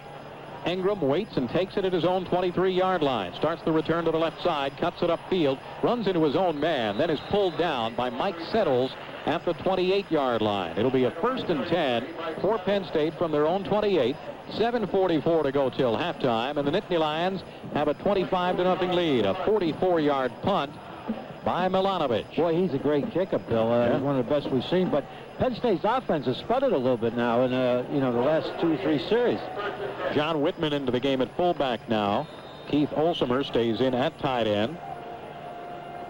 Offensive line is Greeley. Wayne Holmes is in at guard now, along with Keith Conlon, and the tackles are Harvey and Pickett. And Collins is in as a wide receiver. LaBarca in motion to the right side. High formation in the backfield, and the handoff to Kijana Carter. Runs into Jaime Flores, and a fumble on the play. It's picked up, but a tackle is made at the 20-yard line, as it was Andreo Johnson who recovered the ball and was tackled at the 20. So a big break and a turnover, and Maryland has the ball. Well, that's just what Penn State doesn't want to happen, and they got a little careless with the ball. They were struggling. The back was practically down, and he coughed it up. Kerry Collins made the tackle of Johnson as he was streaking for the end zone, but Maryland has it 1st and 10 at the Penn State 20. So Milanovic comes off from the sideline and will get the offense going here. They line right up to the ball. No huddle, of course. The 4 wide receivers are Jermaine Lewis, Jermaine Stewart, Russ Weaver, and Jason Kramus. 3 to the right, 1 to the left side. Mason is the lone setback now. Milanovic is yelling out an audible, but time may run out on the play clock unless he gets the snap quickly. They just get it off. Milanovic back to pass, throws to the near side, complete to Jermaine Lewis at the Penn State 12. Marlon Forbes makes the tackle, but that is a gain of 9 yards on the play. Well, that's just a single quick out to Lewis. It was a good throw. Penn State had some heat on him. So Maryland threatening to get into the end zone for the first time in the game with 7:10 to go till halftime. Penn State leads 25-0, and the Terrapins try to get it going here. 3 wideouts right, 1 to the left side. The pitch goes back to Mason. Cuts it up at the 10, and he's down to the 8-yard line. Hit by Derek Bana at the line of scrimmage, but picked up a couple of more yards after that. And that should be enough for a Maryland first down, and they will have a 1st and goal at the Penn State 8-yard line. Well, it was a good cut by Mason, and Bana really, made a pretty good play out of it. They have 1st and goal to go from the 8, and that's tough in there. Penn State's tough against the run. I'm sure that Maryland's going to try to throw it. Milanovic, 9 of 15 passing for 64 yards. 1st and goal. 3 wideouts left, 1 to the right side. And here's Milanovic, hands off to Mason again, straight up the middle, and spins down inside the 5 to the 3-yard line. That was just wedge block, straight ahead. They got a good move, good push the right side of their line. Eric Clare made the finishing hit on Mason, but Mason is a tough guy to bring down. 31 yards rushing in the game for Mark Mason. Here's the 2nd down and the quick pitch to Mason again. He is into the end zone for a touchdown. Mark Mason on a 3-yard run, and the Terrapins have scored. Well, Maryland's offense beat Penn State's defense off the ball at that time, in that particular play. Well, this puts them back in the game. Maryland capitalizes on the turnover with 6:12 to go till halftime. The fumble by Kijana Carter, recovered by Andrell Johnson, and it took just a couple of plays for Maryland to get into the end zone. On to attempt the extra point is Ken Lytle. And now Maryland has signaled for a timeout. Well, they're thinking about the 2-point play, I think. So the Terrapins want to talk things over on the sideline before this conversion, whether it be 1 point or 2 points. It's 25-6. And Maryland lining right back up to the ball. No, wait. Now the Penn State defensive unit going over to the sideline to talk things over. So we'll take a break. Back after this on the Penn State Sports Network. Check it out. We're here with Marcus Curley of the Tattoo Emporium. That's right. To find out how he's getting customers into his business. Advertising-wise, I think I'm pretty well covered. Oh, really? Yeah, my logo's over here. I thought it was a bruise. No, my phone number's over here. I'm sorry, I was twitching. Were you trying to write that down? Not really. Oh. You know, Marcus, there is somewhere else you can advertise. Hey, I'm a billboard, not a peep show. Marcus, I'm talking about the Bella, Pennsylvania Yellow Pages. Oh, yeah. 9 out of 10 people use it. Well, that could really save my skin. You got it. And big ads get more exposure. Hey, I'm Mr. Exposure. Add some color, and you could get even more attention. You know, this is starting to rub off on me. Find your customers when they're ready to buy. Peekaboo. 9 out of 10 people use the genuine Bella, Pennsylvania Yellow Pages from Bell Atlantic. Want to play tic-tac-toe?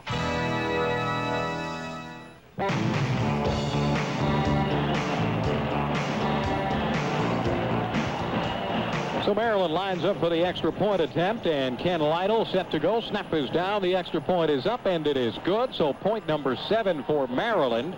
And Penn State now leads at 25-7 with 6:12 to go till halftime. But, George, even though Penn State with a seemingly comfortable lead at this point, you can't let Maryland get going here. Well, especially because their offense has been sputtering the last 3 or 4 series. I hope they're not getting too conservative, or maybe they got those points a little too easy. We'll find out. But the defense was playing superbly, and then this is an offensive fumble and puts Maryland in scoring position.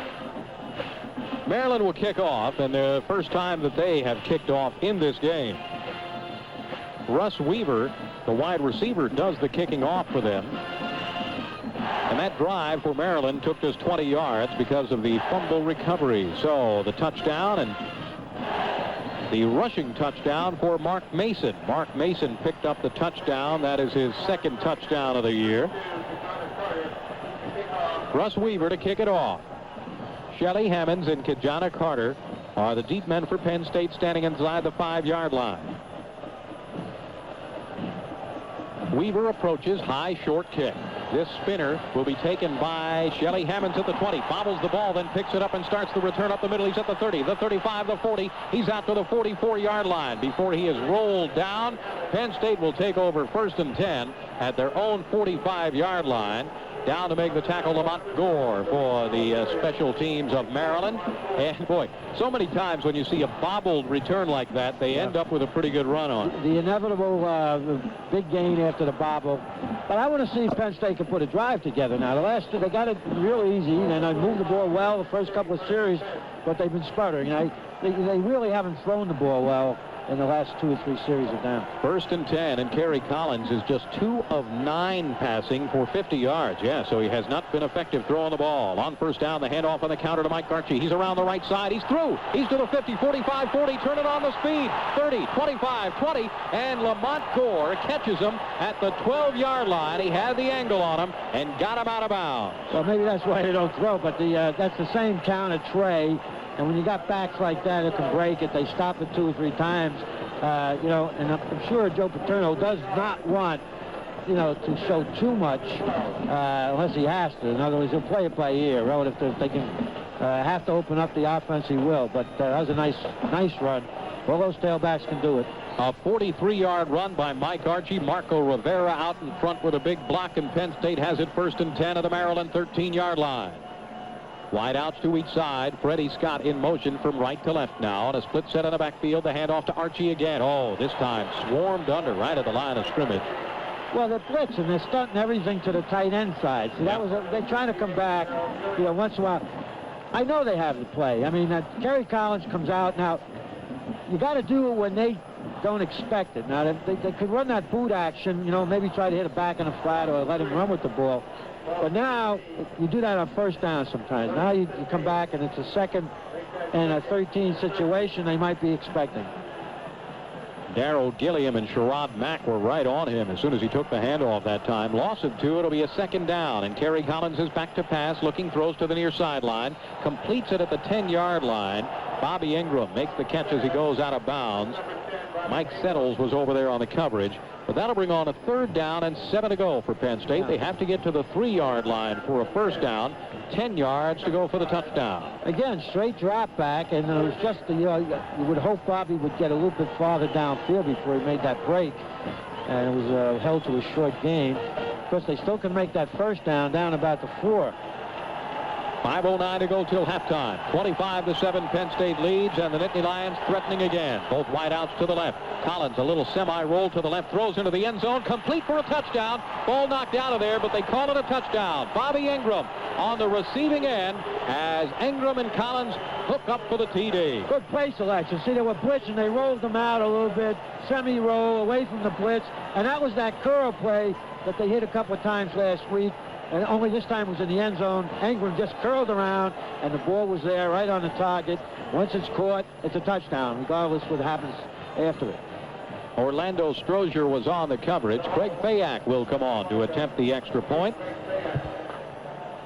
As Bobby Ingram with his 6th touchdown catch of the season. Here's Fayak. His extra point kick is up, and it is good, but a flag down on the extra point attempt. Let's wait to get the indication on the extra point. We had an offside on the defense. That's what this is. So the extra point is good.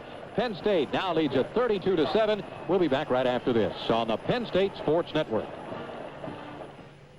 Here's another reminder about that Mississippi Queen steamboating vacation up the Mississippi, leaving February 2nd from New Orleans. With the incomparable Glenn Miller Orchestra, directed by Larry O'Brien, the Russ Morgan Orchestra, fronted by Russ's son Jack and the Ink Spots, providing vocal delights.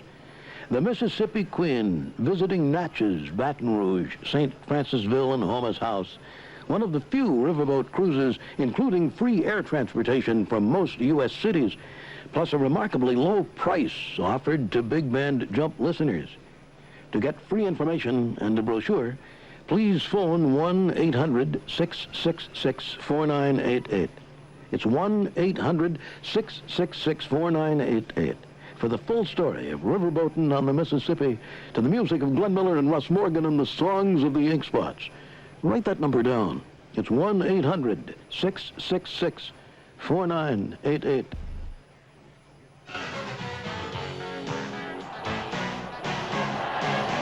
Five minutes, 4 seconds to go till half. It's 32-7. The Nittany Lions lead the Terrapins of Maryland, and Brett Conway will kick it away again.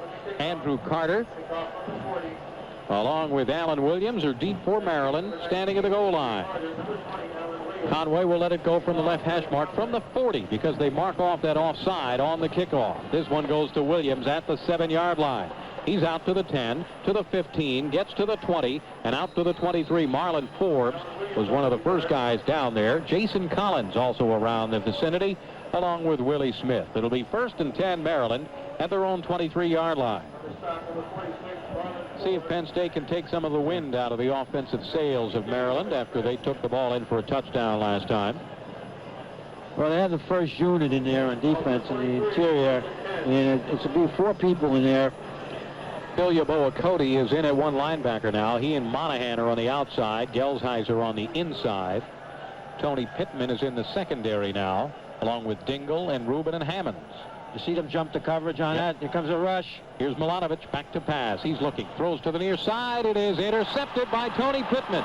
Overthrew Jermaine Stewart right into Pittman's arms. A pick off, the 3rd of the first half for Penn State. And the Nittany Lions will have it 1st and 10 at the 35 of Maryland. Yeah, that was a pressure sack, though. They made him throw the ball before he wanted to, and that's what happens. I mentioned it, I think, last week. At one time when Penn State had Millen and Clark, Franco Harris's brother, I really repeat. Yep. I'm mad at myself and I remember that. He led the nation in interceptions, but, you know, half of them, they ball flooded out right into his hands, and that's what happens when you can put heat on him. Not only if you don't get the sack, if you make him throw it quicker than he wants to. 1st and 10, Penn State from the 36-yard line of Maryland. Ingram and LaBarca wide to the left side. O'Neal and Carter in an offset I in the backfield. Kerry Collins at quarterback takes the snap. Play action, he's looking to throw. Fires one deep downfield. This one is tipped and incomplete. Chip LaBarca, the intended receiver. Orlando Strozier was on the coverage. Well, they had a slot out there, and they ran them both deep. I guess it's an all-deep type of situation. Pretty good coverage, but again, probably a better choice would have been Ingram. Carry the ball out there, though. Carey is now 4 of 12 passing for 65 yards. Penn State running game has picked up some big yardage, though. Kajana Carter already over 100 yards at 102. Mike Archie with 72 yards rushing, including a 43-yard burst. 2 wide receivers left for Penn State. I formation of the backfield. The blitz is on, and a handoff to Kajana. Breaks a tackle at the line of scrimmage. He's to the 30, 25, cuts outside at the 20, the 15, 10, 5. Touchdown, Penn State. Kajana Carter takes it from 35 yards for the touchdown. Well, that was a counter, and he ran it. He took it back to the inside, got hit by a linebacker, stumbled, broke the tackle, faked out the next guy coming at the defensive back, turned on his speed to get around the corner. Oh, boy, he looked good on that one. Penn State strikes again with 4 minutes and 30 seconds to go, breaking the tackle of linebacker Tim Brown, and then making a nice cut to the outside. Kajana Carter sprints into the end zone, making the final couple of yards on a dive. And Penn State has a touchdown. Here's Craig Fayak to attempt the extra point. Snap is down. The extra point is up, and it is good. So Penn State now leading it 39-7 with 4:30 to go till halftime. Let's get back to that run. He did it all. Yeah, he did it all. He cut, he waited, found the hole, ran over a linebacker, juked the defensive back, and then just was sheer speed from there on in. We'll be back right after this word on the Penn State Sports Network. What do Texaco System 3 gasoline and the Nittany Lions have in common? Both are strong performers on the road, both have a winning tradition of consistent quality, and both give their fans what they want. The difference? System 3 performs in old and new cars. The Nittany Lions prefer stadiums. Oh, yeah, and Texaco doesn't have cheerleaders. Texaco, star of the American Road and Penn State proud. Brought to you by the Texaco participating wholesalers and retailers. Everybody knows that milk's full of calcium to build strong bones, riboflavin to help boost energy, and potassium for great reflexes. But to demonstrate these benefits, we've selected a member of the Penn State Marching Band, hi, to play his instrument before drinking a glass of milk. Oh, that's fine, thank you. Now the delicious glass of milk. He's drinking, he's finished. Okay, let's see if we can detect any difference. I can. Milk, it does a body good. Sponsored by Pennsylvania Dairy Farmers, Pennsylvania Dairy Promotion Program.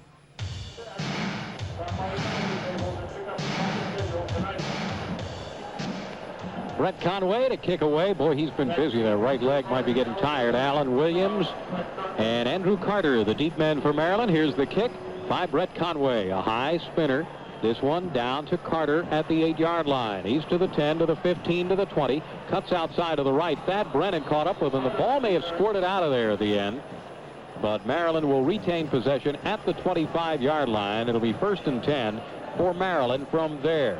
I don't think they're satisfied with Conway. You know, you get a great kick. He's kicking about down to the 8 or 10, and they're taking on a dead run. A good return team is going to hurt you. But the officials have to make sure they don't let this game get out of control now. Maryland with 64 yards total offense, all passing. They have 0 rushing yards. Penn State with 281 total yards in the first half, and we've got 4:23 to go till halftime. 3 wideouts left, 1 to the right. Now Russ Weaver switches sides of the formation, goes to the right. So 2 each way and 1 back in the backfield. Here's Milanovic. He's back to pass. He's looking, has time, now being flushed out of there, and he'll start the run. He's at the 25 and slides down at the 29-yard line for a gain of 4 on the play. 2nd down and 6 to go. Gelsheiser, Yeboah, Cody for right there. Let me make a point here. That time, Ben Faddy, we talked about how he's got a couple of interceptions. They show 4-man line and 3 rush. Ben Faddy dropped off dead in the center, right, as a pass defender, and also to mirror the quarterback in case he ran with it, and that's what he did. 2nd down and 6 to go for Maryland. 3 wideouts right, 1 to the left in a shotgun. High snap. Milanovic pulls it down. The blitz is on Ben Faddy. Has Milanovic back of the 15, and he just whips him down there for another sack. And listen to that. The Penn State fans are giving the Lou call here at Byrd Stadium. Not a boo, it's a Lou, but, you know, they see these, Jerry, who's ever calling the defensive signals, I'm sure it's Sandusky, he's mixing them up brilliantly, and Maryland's totally off balance. Milanovic, he looked like he was stuck in cement there. He couldn't find a receiver. He didn't know what to do. 5th sack of the game for Penn State. And it's a 3rd down and 17 to go for Maryland. 3 wideouts right, 1 to the left. And then on a 3-5-3 now. Yeah, they're really playing off the ball. 3 down linemen. The 5 men on the next line are a good 7 yards off the line of scrimmage. Milanovic is back to pass, throws to the right side, completes to Russ Weaver at the 25. He is hit by Phil Yeboah, Cody, and Brian Miller, well short of the 1st down. They'll give him that one, and Maryland will have to punt it away again. You give him that all day long, Bill. Yep. Yeah. 2 minutes, 40 seconds to go till halftime. Mike Archie is the deep man for Penn State. George, let's see if they go after the punter here. Well, Ingram's down. He's in the middle of the formation again. Yep. Last week he blocked one and almost got a second. Milanovic will set up at his 15-yard line. Archie is back at his own 33. Punting situation for the Terrapins. Here's the snap. Penn State coming after it. The kick is away. They don't quite get there. High, wobbling kick. Archie will let it bounce. It bounces at the Penn State 35 and rolls dead at the Penn State 27. Andrew Carter down there to down it. So the Penn State offense has a 1st and 10 from their own 27-yard line on the play. A 46-yard punt by Milanovic. Right now, let's pause 10 seconds for station identification. This is the Penn State Sports Network, a division of the American Network Group.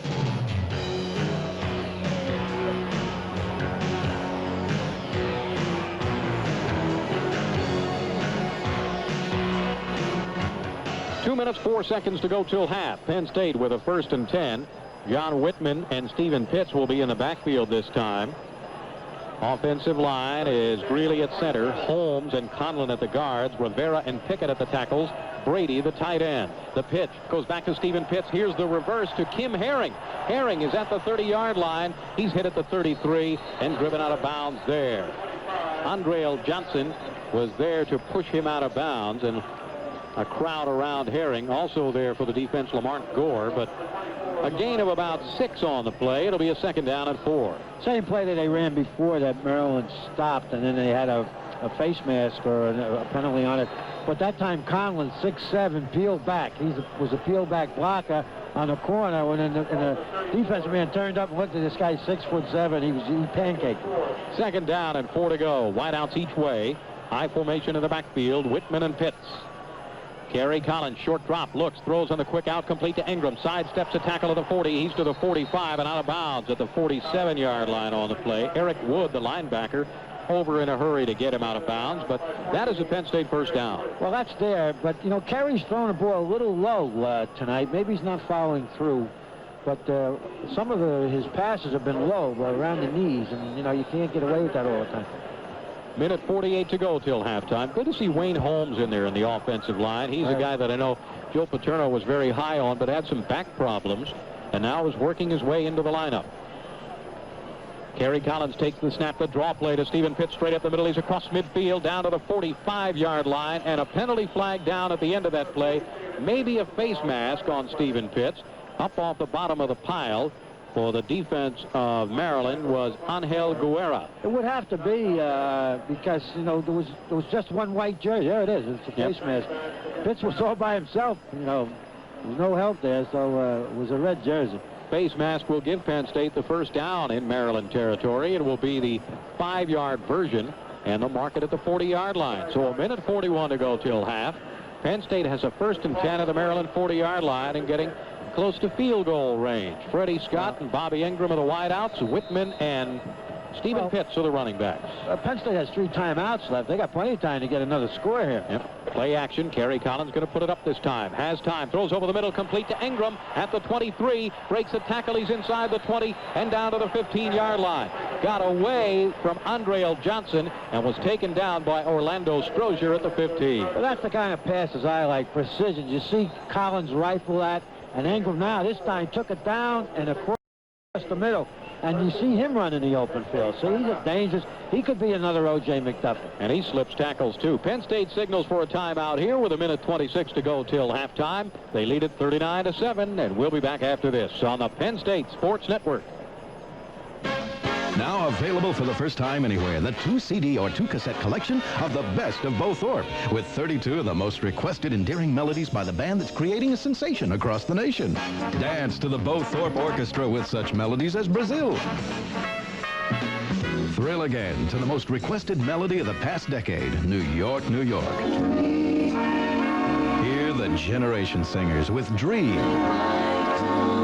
And practice your Latin dance steps to Cherry Pink and Apple Blossom White. Plus Witchcraft, I'm Beginning to See the Light, Jumping at the Woodside, Begin to Begin, and There Are Such Things. It's a magnificent collection, the best of Bo Thorpe. 2 CDs are only $24.95 plus $3 shipping and handling, total $27.95. Or 2 cassettes for $19.95 plus $3 shipping and handling, total $22.95. $27.95 for CDs and $22.95 total for cassettes. Send to P.O. Box 12,000 Atlanta, Georgia 30355 now. That's P.O. Box 12,000 Atlanta 30355. Back from the timeout, Kerry Collins is back to pass, fires on the slant to Bobby Ingram. It's complete, and he's in for the touchdown. Touchdown, Penn State on the pass from Collins to Ingram from 17 yards out. Well, Strozier was out there trying to come. Bobby Ingram is getting to be a receiver that cannot be single covered unless it's an excellent, a really good cornerback. And that's what they did. They just faked that little lead, and he does a complete pivot to a quarterback, and he hit him on a slant.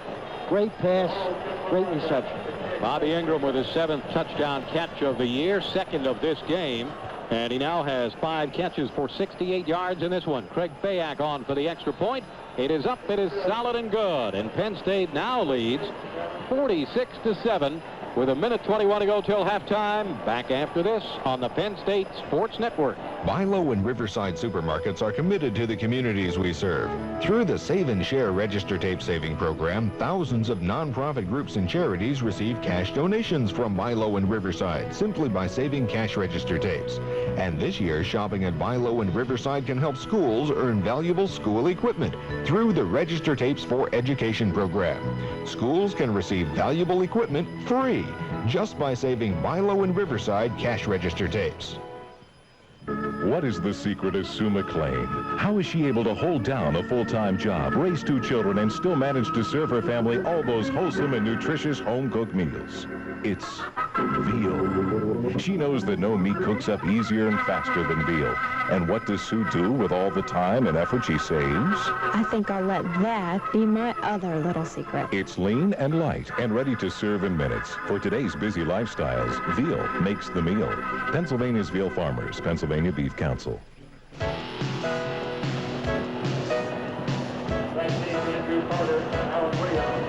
Brett Conway will kick off again for Penn State. The deep men for Maryland, Andrew Carter and Alan Williams. And here is the kick by Conway. This one will go to Williams at the 5. He's out to the 10, to the 15, to the 20. Breaks a tackle, gets to the 25. He's in the clear. He's at the 30, 35, the 40. Jason Collins after him. Collins makes the first hit on him. Gets some help from Marlon Forbes, and he's down to the Penn State 45-yard line. Alan Williams with a big return for the Terrapins. Well, they have an excellent return game. You know, they were averaging over 20-some yards per return, but that's what happens when you only kick the ball down to the 10-yard line. And I was watching Conway very closely, and he is not following through. It doesn't look like he's following through. A 49-yard return by Alan Williams. Broke a couple of tackles and got into the clear. 1:10 to go till half, and Maryland going to try to pick something up here. 3 wideouts right, 1 to the left side. Mark Mason, the lone setback. The shotgun is loaded up. Scott Milanovic behind his center, waiting for the snap from Jamie Bragg. He takes it, scanning the defense, pumps once, pumps twice, still has time, fires over the middle and completes it to Russ Weaver, but he's taken down by Brian Miller at the 37-yard line, 2 yards short of the first down. Clock running with under a minute to go till halftime. That takes a lot of time off when your receiver's running around like that. Penn State actually let him throw that ball.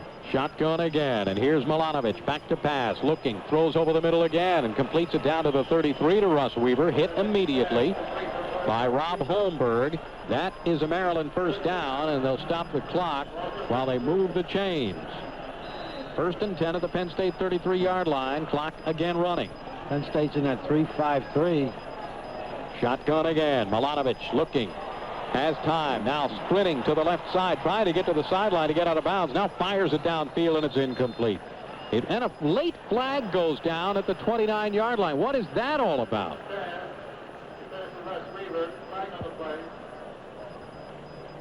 A lot of penalties in this game. Yeah, well, that flag was thrown not near where the receiver was. Against Maryland. I don't know what he's calling that. Offensive interference, maybe? Push off of the receiver. Holmberg was closing in on the receiver, and Milanovic decided to throw it at the illegal receiver downfield. Illegal receiver downfield, because it looked like Milanovic was going to run. One of his offensive linemen released, went downfield, and this penalty will go against Maryland. 27 seconds to go till halftime. Penn State up 46-7. They have scored 28 points in the second quarter of the game. But what Penn State's been doing actually the last couple of plays is that the 3 men are really not coming.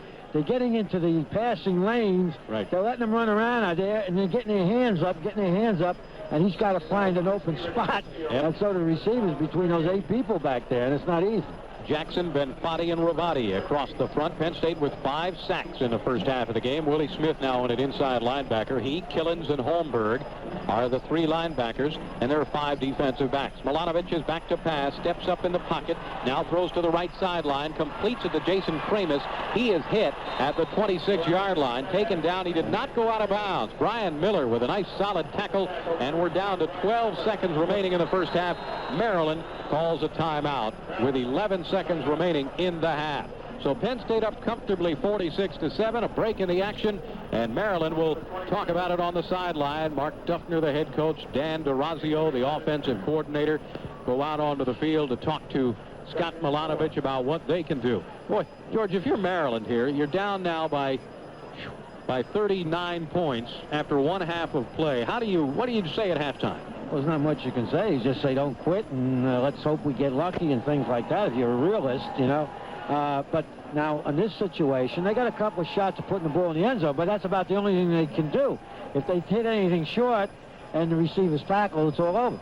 Time runs out. They have no more timeouts left. Right. So they have no timeouts remaining, 11 seconds to work with. Just to give you a quick idea of some of the zany happenings here in the first half of the game. We had a blocked punt by Penn State. We had beer bottles thrown from the crowd. We had whistles blown from the crowd that actually stopped play at one point. We had a safety. We had a 63-yard run for a touchdown by Kijana Carter. Oh, we've had just about everything. You know, Bill, I make a comment. You know, I think they overhyped this game for Maryland. They said that it was the biggest game in the history of Maryland, relative to the Penn State and not beating them for all those years. And Rutgers did it last week. Yeah. And they didn't play well. They looked like they were a little tight. And I think Maryland was a little tight early on in the game. And it was certainly one thing about the score, it's taking the crowd out of it. And some of the nastiness that occurred early on we haven't seen. Back from the timeout, a second down play. Milanovic is back to pass. He's looking, flushed out to the right side. He throws downfield, and it's out of bounds. 4 seconds remain till halftime. Tyoka Jackson that time separated from his blocker and was putting the pressure on Milanovic. Well, the two defensive linemen are lining up in the tackles, and they're kind of boxing them in and try to put some pressure on contain, and they're putting a little bit of a rush up the middle, but that's it. It's the last play of the half. 13 of 21 passing for 93 yards in the first half for Scott Milanovic. This is an offense that averaged over 400 yards per game passing. Penn State now signals for a timeout with 4 seconds to go till halftime, and the entire defensive unit goes over to talk to Jerry Sandusky and company about what they're going to do. We'll take a...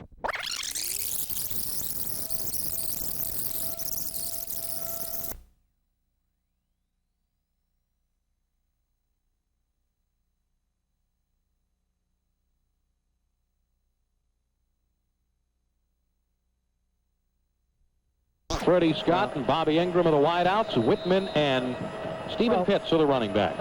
Penn State has 3 timeouts left. They got plenty of time to get another score here. Yep. Play action. Kerry Collins going to put it up this time. Has time. Throws over the middle, complete to Ingram at the 23. Breaks a tackle. He's inside the 20 and down to the 15-yard line. Got away from Andreal Johnson and was taken down by Orlando Strozier at the 15. Well, that's the kind of passes I like. Precision. You see Collins rifle that. And Ingram now this time took it down and across the middle. And you see him run in the open field. So he's dangerous. He could be another O.J. McDuffie. And he slips tackles, too. Penn State signals for a timeout here with 1:26 to go till halftime. They lead it 39-7, and we'll be back after this on the Penn State Sports Network. Now available for the first time anywhere, the 2 CD or 2 cassette collection of the best of Bo Thorpe, with 32 of the most requested endearing melodies by the band that's creating a sensation across the nation. Dance to the Bo Thorpe Orchestra with such melodies as Brazil. Thrill again to the most requested melody of the past decade, New York, New York. Hear the Generation Singers with Dream. And practice your Latin dance steps to Cherry Pink and Apple Blossom White. Plus Witchcraft, I'm Beginning to See the Light, Jumping at the Woodside, Begin to Begin, and There Are Such Things. It's a magnificent collection, the best of Bo Thorpe. 2 CDs are only $24.95 plus $3 shipping and handling, total $27.95. Or 2 cassettes for $19.95 plus $3 shipping and handling, total $22.95. $27.95 for CDs and $22.95 total for cassettes. Send to P.O. Box 12,000 Atlanta, Georgia 30355 now. That's P.O. Box 12,000 Atlanta 30355. Back from the timeout, Kerry Collins is back to pass, fires on the slant to Bobby Ingram. It's complete, and he's in for the touchdown. Touchdown, Penn State on the pass from Collins to Ingram from 17 yards out. Well, Strozier was out there trying to cover. Bobby Ingram is getting to be a receiver that cannot be single covered unless it's a really good cornerback. And that's what they did. They just faked that little lead, and he does a complete pivot to a quarterback, and he hit him on a slant. Great pass, great reception. Bobby Ingram with his 7th touchdown catch of the year, 2nd of this game. And he now has 5 catches for 68 yards in this one. Craig Fayak on for the extra point. It is up. It is solid and good. And Penn State now leads 46-7 with 1:21 to go till halftime. Back after this on the Penn State Sports Network. Bilo and Riverside supermarkets are committed to the communities we serve. Through the Save and Share Register Tape Saving Program, thousands of nonprofit groups and charities receive cash donations from Bilo and Riverside simply by saving cash register tapes. And this year, shopping at Bilo and Riverside can help schools earn valuable school equipment through the Register Tapes for Education program. Schools can receive valuable equipment free just by saving Bilo and Riverside cash register tapes. What is the secret of Sue McLean? How is she able to hold down a full-time job, raise 2 children, and still manage to serve her family all those wholesome and nutritious home-cooked meals? It's veal. She knows that no meat cooks up easier and faster than veal. And what does Sue do with all the time and effort she saves? I think I'll let that be my other little secret. It's lean and light and ready to serve in minutes. For today's busy lifestyles, veal makes the meal. Pennsylvania's Veal Farmers, Pennsylvania Beef Council.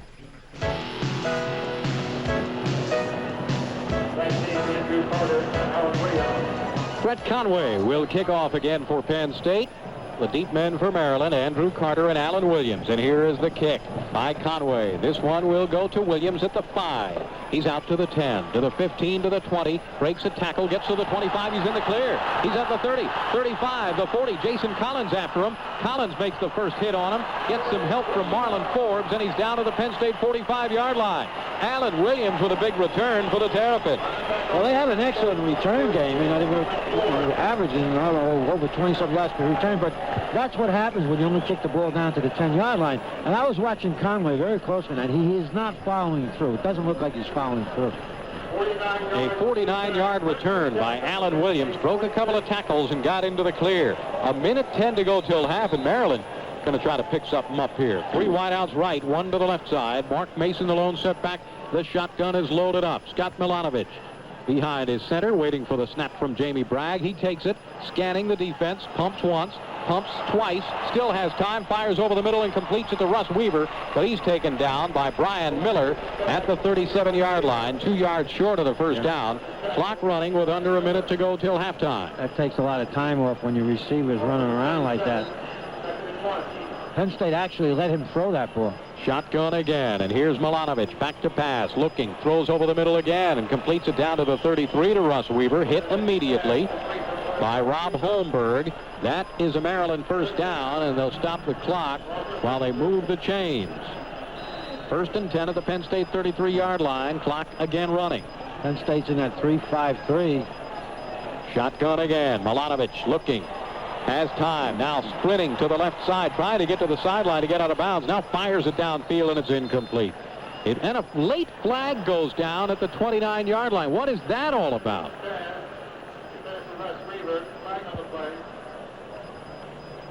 A lot of penalties in this game. Yeah, well, that flag was thrown not near where the receiver was. Against Maryland. I don't know what he's calling that. Offensive interference, maybe? Push off of the receiver. Holmberg was closing in on the receiver, and Milanovic decided to throw it at the illegal receiver downfield. Illegal receiver downfield, because it looked like Milanovic was going to run. One of his offensive linemen released, went downfield, and this penalty will go against Maryland. 27 seconds to go till halftime. Penn State up 46-7. They have scored 28 points in the second quarter of the game. But what Penn State's been doing actually the last couple of plays is that the 3 men are really not coming. They're getting into the passing lanes. Right. They're letting them run around out there, and they're getting their hands up, and he's got to find an open spot. Yep. And so the receivers between those 8 people back there, and it's not easy. Jackson, Benfati, and Ravati across the front. Penn State with 5 sacks in the first half of the game. Willie Smith now on an inside linebacker. He, Killens, and Holmberg are the 3 linebackers, and there are 5 defensive backs. Milanovic is back to pass, steps up in the pocket, now throws to the right sideline, completes it to Jason Kramus. He is hit at the 26-yard line, taken down. He did not go out of bounds. Brian Miller with a nice solid tackle, and we're down to 12 seconds remaining in the first half. Maryland calls a timeout with 11 seconds remaining in the half. So Penn State up comfortably 46-7, a break in the action, and Maryland will talk about it on the sideline. Mark Duffner, the head coach, Dan DeRazio, the offensive coordinator, go out onto the field to talk to Scott Milanovic about what they can do. Boy, George, if you're Maryland here, you're down now by 39 points after one half of play. What do you say at halftime? Well, there's not much you can say. You just say don't quit and let's hope we get lucky and things like that if you're a realist, you know. But now in this situation, they got a couple of shots of putting the ball in the end zone, but that's about the only thing they can do. If they hit anything short and the receiver's tackle, it's all over. Time runs out. They have no more timeouts left. Right. So they have no timeouts remaining, 11 seconds to work with. Just to give you a quick idea of some of the zany happenings here in the first half of the game. We had a blocked punt by Penn State. We had beer bottles thrown from the crowd. We had whistles blown from the crowd that actually stopped play at one point. We had a safety. We had a 63-yard run for a touchdown by Kijana Carter. Oh, we've had just about everything. You know, Bill, I make a comment. You know, I think they overhyped this game for Maryland. They said that it was the biggest game in the history of Maryland, relative to the Penn State and not beating them for all those years. And Rutgers did it last week. Yeah. And they didn't play well. They looked like they were a little tight. And I think Maryland was a little tight early on in the game. And it was certainly one thing about the score, it's taking the crowd out of it. And some of the nastiness that occurred early on we haven't seen. Back from the timeout, a second down play. Milanovic is back to pass. He's looking, flushed out to the right side. He throws downfield, and it's out of bounds. 4 seconds remain till halftime. Tyoka Jackson that time separated from his blocker and was putting the pressure on Milanovic. Well, the two defensive linemen are lining up in the tackles, and they're kind of boxing them in. They try to put some pressure on contain, and they're putting a little bit of a rush up the middle, but that's it. It's the last play of the halftime. 13 of 21 passing for 93 yards in the first half for Scott Milanovic. This is an offense that averaged over 400 yards per game passing. Penn State now signals for a timeout with 4 seconds to go till halftime, and the entire defensive unit goes over to talk to Jerry Sandusky and company about what they're going to do. We'll take a break and be back after this on the Penn State Sports Network. JCPenney is having a sale that will make your day. It's JCPenney Days, a store-wide sale with savings of 10 to 50% off regular prices in every department. Save on Hunt Club for women, Dockers for men, coats and jackets for the family, even jewelry and things for the home. So don't wait, come in now. Because with savings of 10 to 50% throughout the store, JCPenney Days are definitely days not to be missed. Sale ends October 9th. World-famous champion race car driver Bobby Unser Jr. for Bars Leaks. When I'm racing my car, I can't afford to let my engine overheat. And when you're driving your car, you can't afford to let it overheat either. So if you need to add engine coolant or water to your vehicle's overflow reservoir, you have an engine coolant leak. The most effective way to correct the problem is to add a bottle of Bars Leaks to the radiator. So stop fooling around. Use Bars Leaks. A leak-free engine runs cooler and lasts longer. Bars Leaks. Back from the timeout, and Maryland up to the ball as the pressure's on from Penn State, and Milanovic just lobs it up in the air. Russ Weaver goes up, but it's incomplete, and time will expire in half number 1. We've had, as we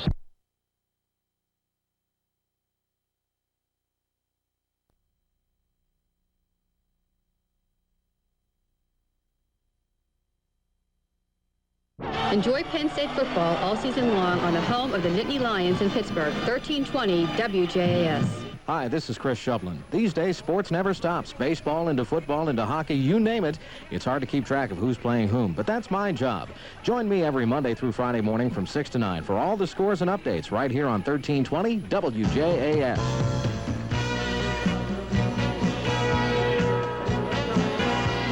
We are just about ready for the second half here at Byrd Stadium, but right now we'll pause 10 seconds for station identification. This is the Penn State Sports Network, a division of the American Network Group. This is Bruce Kite.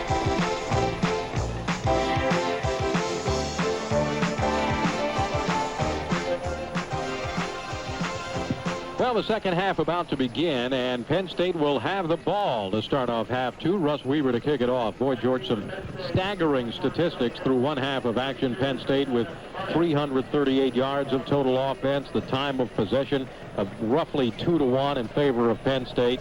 And you might imagine that. 46-7 is our halftime score. Weaver all set. Puts the foot into the ball. Here is the kick. Kijana Carter tracks it down. The line drive. He takes it at the 3. He's out to the 10, to the 15, to the 20. Breaks out to the left to the 25, to the 30, and steps out of bounds at the 31-yard line.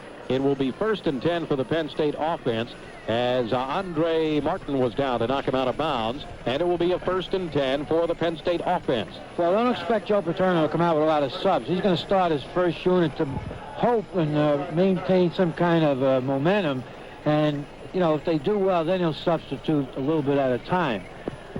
Pickett, Malinowski, Greeley, Conlon, and Rivera across the front line. Kyle Brady, the tight end. Ingram and LaBarca, the wide receivers. Here's Collins back to pass, sets up screen to Mike Archie on 1st down. He's to the 30, and that's all. Nice defensive play by Tim Watson. Loss of 2 on the play. That wasn't a well-executed screen play. It was from split backfield. Just try to dump it off to Archie. But it was a good play by the defensive man. Mike Archie goes out. Kijana Carter comes into the game. He is already over 100 yards. 138 rushing yards for Kijana Carter in this one. And 3 touchdown runs in the first half. 2nd down, and a little more than 10 to go for the Penn State Nittany Lions. Chip LaBarca in motion to the right side. The pitch goes to Kijana to the left side. Gets through the line, but is knocked down by Andre L. Johnson at the 35-yard line. It'll be a 3rd down and 7 to go now for Penn State. Well, he almost broke that, and the reason why he's making great yardage, they have a run blitz with the inside linebacker almost every time there's a tight end. Now, if he gets picked off and the back gets past the line of scrimmage, there's no pursuit from the linebacker. Yep. 3rd down play. Bobby Ingram and Chip LaBarca both splitting out to the right side. O'Neal and Stephen Pitts now line up in an offset eye, but Kerry Collins is rolling right, throws to the sideline. It bounces up in the air and is incomplete. Chip LaBarca tried to make the sliding catch at the 43. Penn State does not convert on their first 3rd down conversion try, and it will be a punting situation now. Well, Bill, that would have been a completion. What happened, LaBarca slipped before Collins released the ball, and he wasn't in a position. He was on his back to make the reception. He had enough distance for the first down. Orlando Strozier drops deep for Maryland. B.J. Masillo to punt it away for Penn State. So on their first offensive possession, it's a 3 and out. Here is the rush and the punt. Yep. Nice punt away. A flag is down. We may have a running into the kicker penalty. Fair catch by Strozier at his own 25, but we'll bring it back. B.J. Masillo was hit at the 25-yard line. Billy was. It's the 5-yard, I'm sure, play, but it's a 1st down. And he just touched him, but you cannot even touch him. 2nd half is just underway. 13:24 to go, 3rd quarter. And this penalty will go against Maryland on the running into the kicker situation.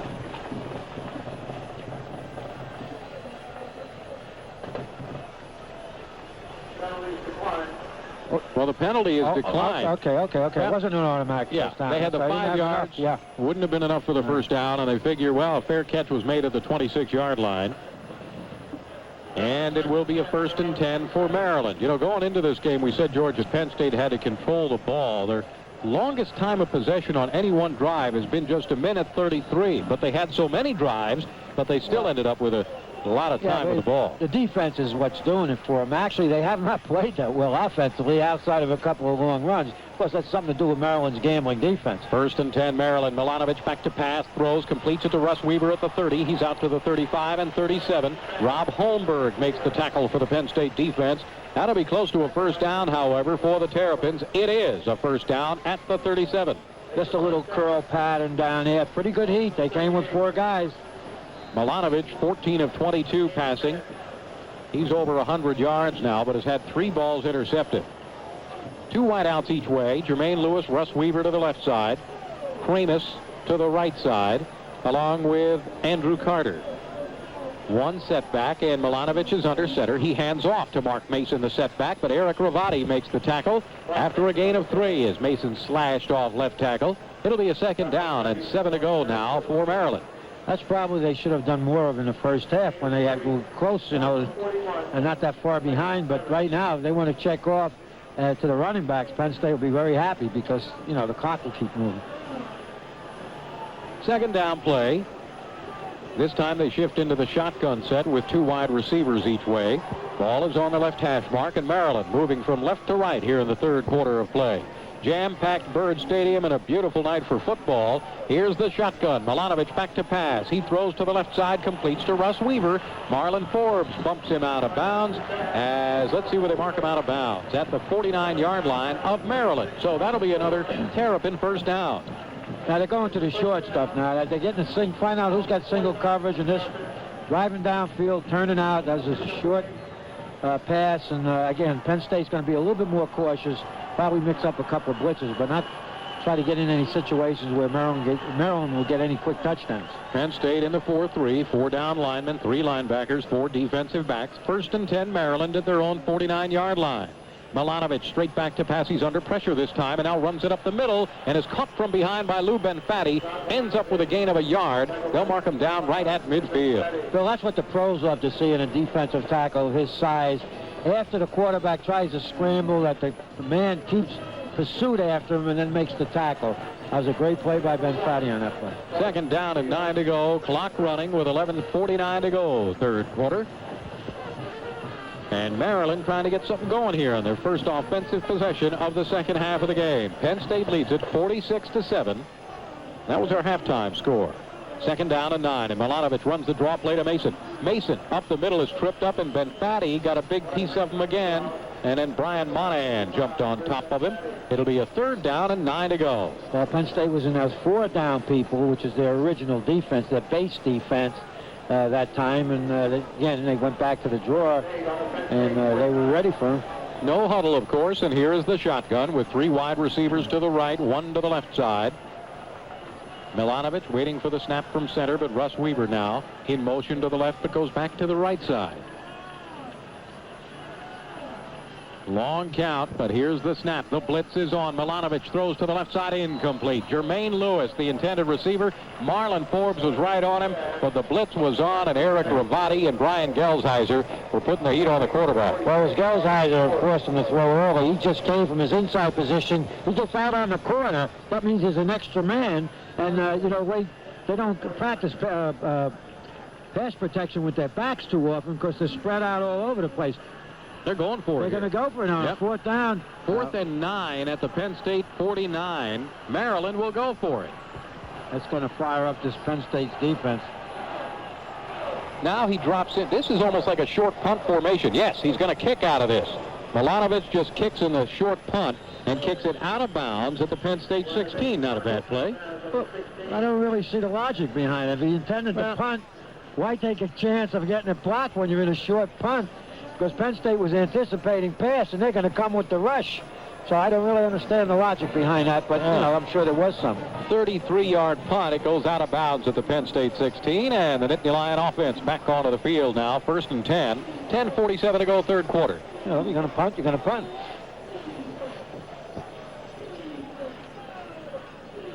Kerry Collins at the controls. He's gone all the way at quarterback. Bobby Ingram and Justin Williams are the wide receivers. Backs line up in a split set now on 1st down and 10 to go. Brian O'Neill takes the handoff, cuts off right tackle. He's through the line. He's at the 25, the 30. O'Neill out to the 35-yard line as he picked up 19 yards on that play. Madison Bradley trailed the play and made the stop from behind. It'll be a 1st and 10 Penn State. They'll mark the ball in between the 35 and 36-yard line. Well, that time split backfield. They gave the ball to the fullback, and they've been giving it to the tailback, and which I'm sure that Maryland was keen on. And Pitts made a nice block for O'Neill, and it's about time because he's making all the key blocks for the tailbacks. Ryan O'Neill, Stephen Pitts in the I formation. Wide receivers either way. 4-man defensive front for Maryland on 1st and 10. Here's the handoff on the counter to Pitts. Follows Derek Pickett through the hole, but runs into Angel Guerra. After a gain of just 3 on the play, it'll be a 2nd down and 7 to go. So the Nittany Lions trying to get something going here, and the second half is starting off a lot calmer than the first half did. But, George, you mentioned it earlier. One thing that Penn State did was they took this capacity crowd out of the game early. Absolutely, and they're going to stay mostly on the ground outside a little play action, I'm sure, because, again, they want to get this game over. Wideouts each way, backs in an I formation. Collins, short drop, throws in the quick out, complete to Ingram. Gets away from one man, sidesteps another tackle, and gets down to the 46-yard line of Maryland. The ball may have squirted out of there for a second. Orlando Strozier makes the tackle, but Penn State retains possession, and it'll be a 1st and 10 at the Maryland 46-yard line. Bobby Ingram now with 6 catches for 78 yards in the game. That is first catch of the second half. And Kerry Collins is now 9 of 18 for 128 yards. What's that rack stat they have for a run after the catch? Because he's dangerous. They blitzed one of the safeties and left the cornerback single coverage on Ingram. And he's pretty tough for a receiver to do that. Phil Collins and Freddie Scott are the wideouts now. And John Whitman, Whitman moved, and there go flags. Whitman and Kijana Carter in the backfield, and we had some movement on Penn State. Well, Whitman could move if he wasn't going forward. Oh, he's Maryland against Maryland. See, Whitman, he can move. He's going sideways, but the Maryland came across and made contact. That's an automatic dead ball foul, 5 yards.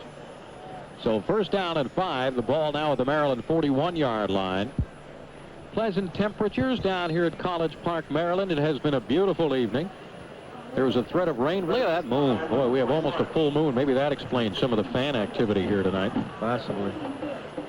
1st down and 5. Penn State, both wideouts to the right. Handoff to Kijana Carter, sweeping the right side. He has the corner. He's at the 35, the 30, and he's bumped out of bounds at the Maryland 26-yard line. Lamont Gore trailed and got him out of bounds. 1st down for Penn State as Kijana Carter continues to rack up the yardage, now with 157 rushing yards. What he did, Bill, was that you shouldn't be able to do. They actually came off the corner at him.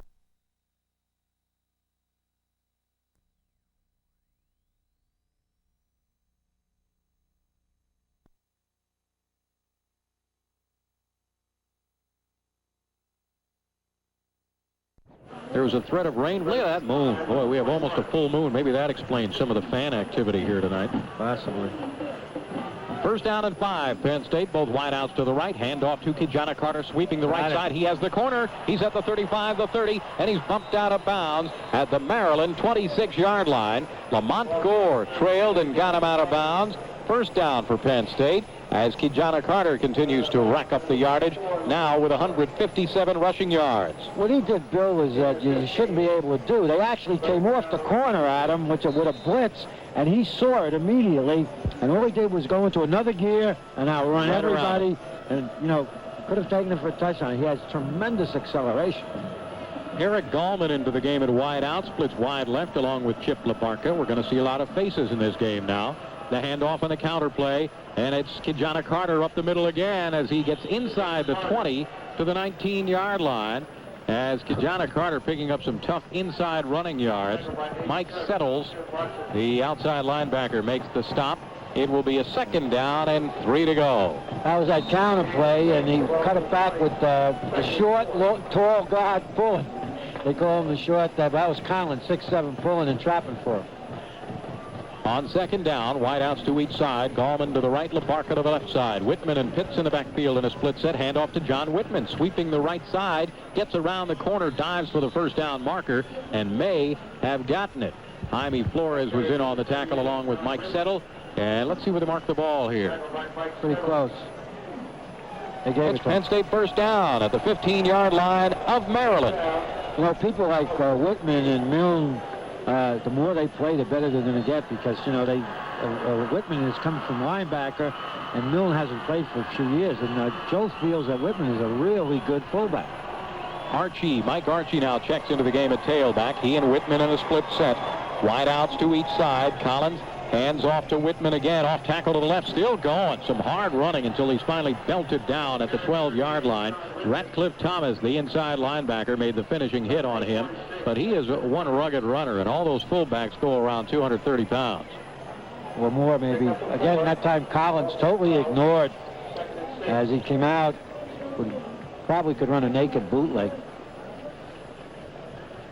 2nd down and 6 to go after the gain of 4. 7 minutes and 30 seconds to go, 3rd quarter. Penn State leads it 46-7, but moving again. Hand off to Stephen Pitts, off tackle to the left, but not much running room to be found that time. Aaron Henney got him on the defensive line. One of the few tackles made by a defensive lineman right at the line of scrimmage in this game for Maryland. It was a good call, though. It was a split backfield, a hand back type of a play, almost a loop trap, and Pitts was so quick to try to break it to the outside. Third down and a long 4 to go for a first down for Penn State. Freddie Scott splits wide right. Gallman to the left side. And it's Whitman and Pitts in a split set again. Kerry Collins under center on this third down play. And he is back to pass. He's looking, throws over the middle, and it's incomplete. Eric Gallman had it in his hands. Would have been his first touchdown, but incomplete. And he won't get a ball thrown any better than that. He ran a nice slant pattern, and that ball was right in his hands. You know, that's the way you like him. Well, he's a rookie, too. Now, he's a young, talented player, and he should learn from that. Now, Brett Conway will come on to do some field goal kicking here as they'll give him some experience, and this will be a 28-yard attempt by Brett Conway, the freshman from Lilburn, Georgia.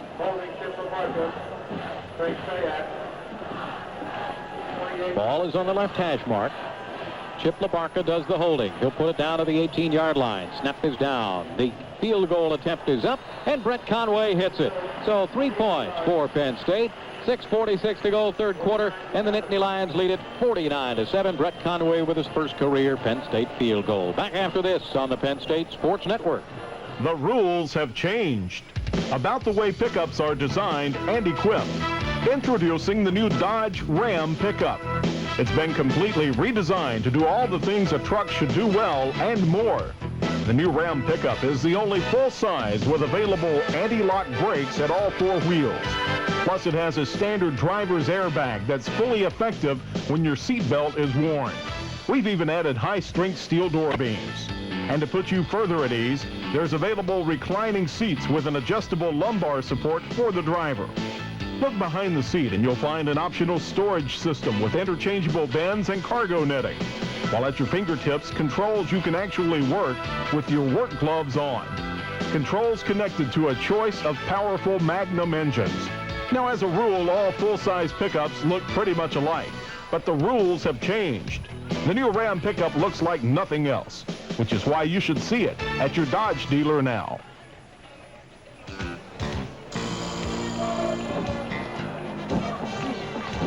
Six minutes, 46 seconds to go in the third quarter. Bill Zimfer and George Paterno with you at Byrd Stadium in College Park, Maryland. Penn State now leads it 49-7.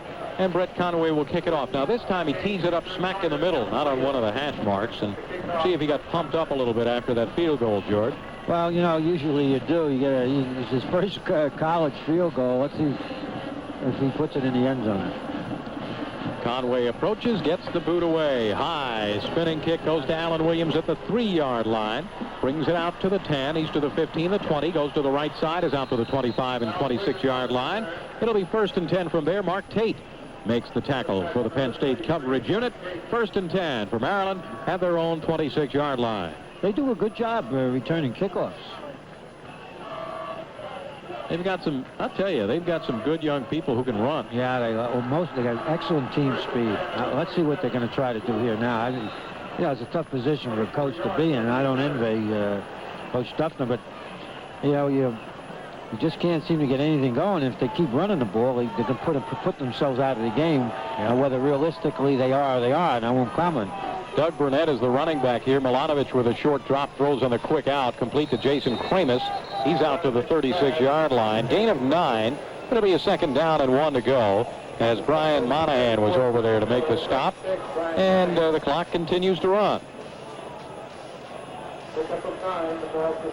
Maryland, of course, all game has gone with a no-huddle offense. They go right up to the ball. Here is the pitch back to Doug Burnett, the running back, sweeping the left side. He gets around the corner. Cliff Dingle, however, good pursuit. Gets over there to knock him out of bounds at the 44-yard line. But that's a Maryland first down. But as I said, that's what Penn State wants. They want them to run the ball, and the wider the play, the more seconds you take off the clock. First down and 10 to go. 2 wideouts each way for Maryland. Milanovic is back to pass. He is looking, throws to the left side, and completes it across midfield down to the Penn State 49. Making the catch was Geroy Simon, freshman from Altoona. And Tony Pittman over there to make the stop. Pittman's been bothered with a couple of nicks.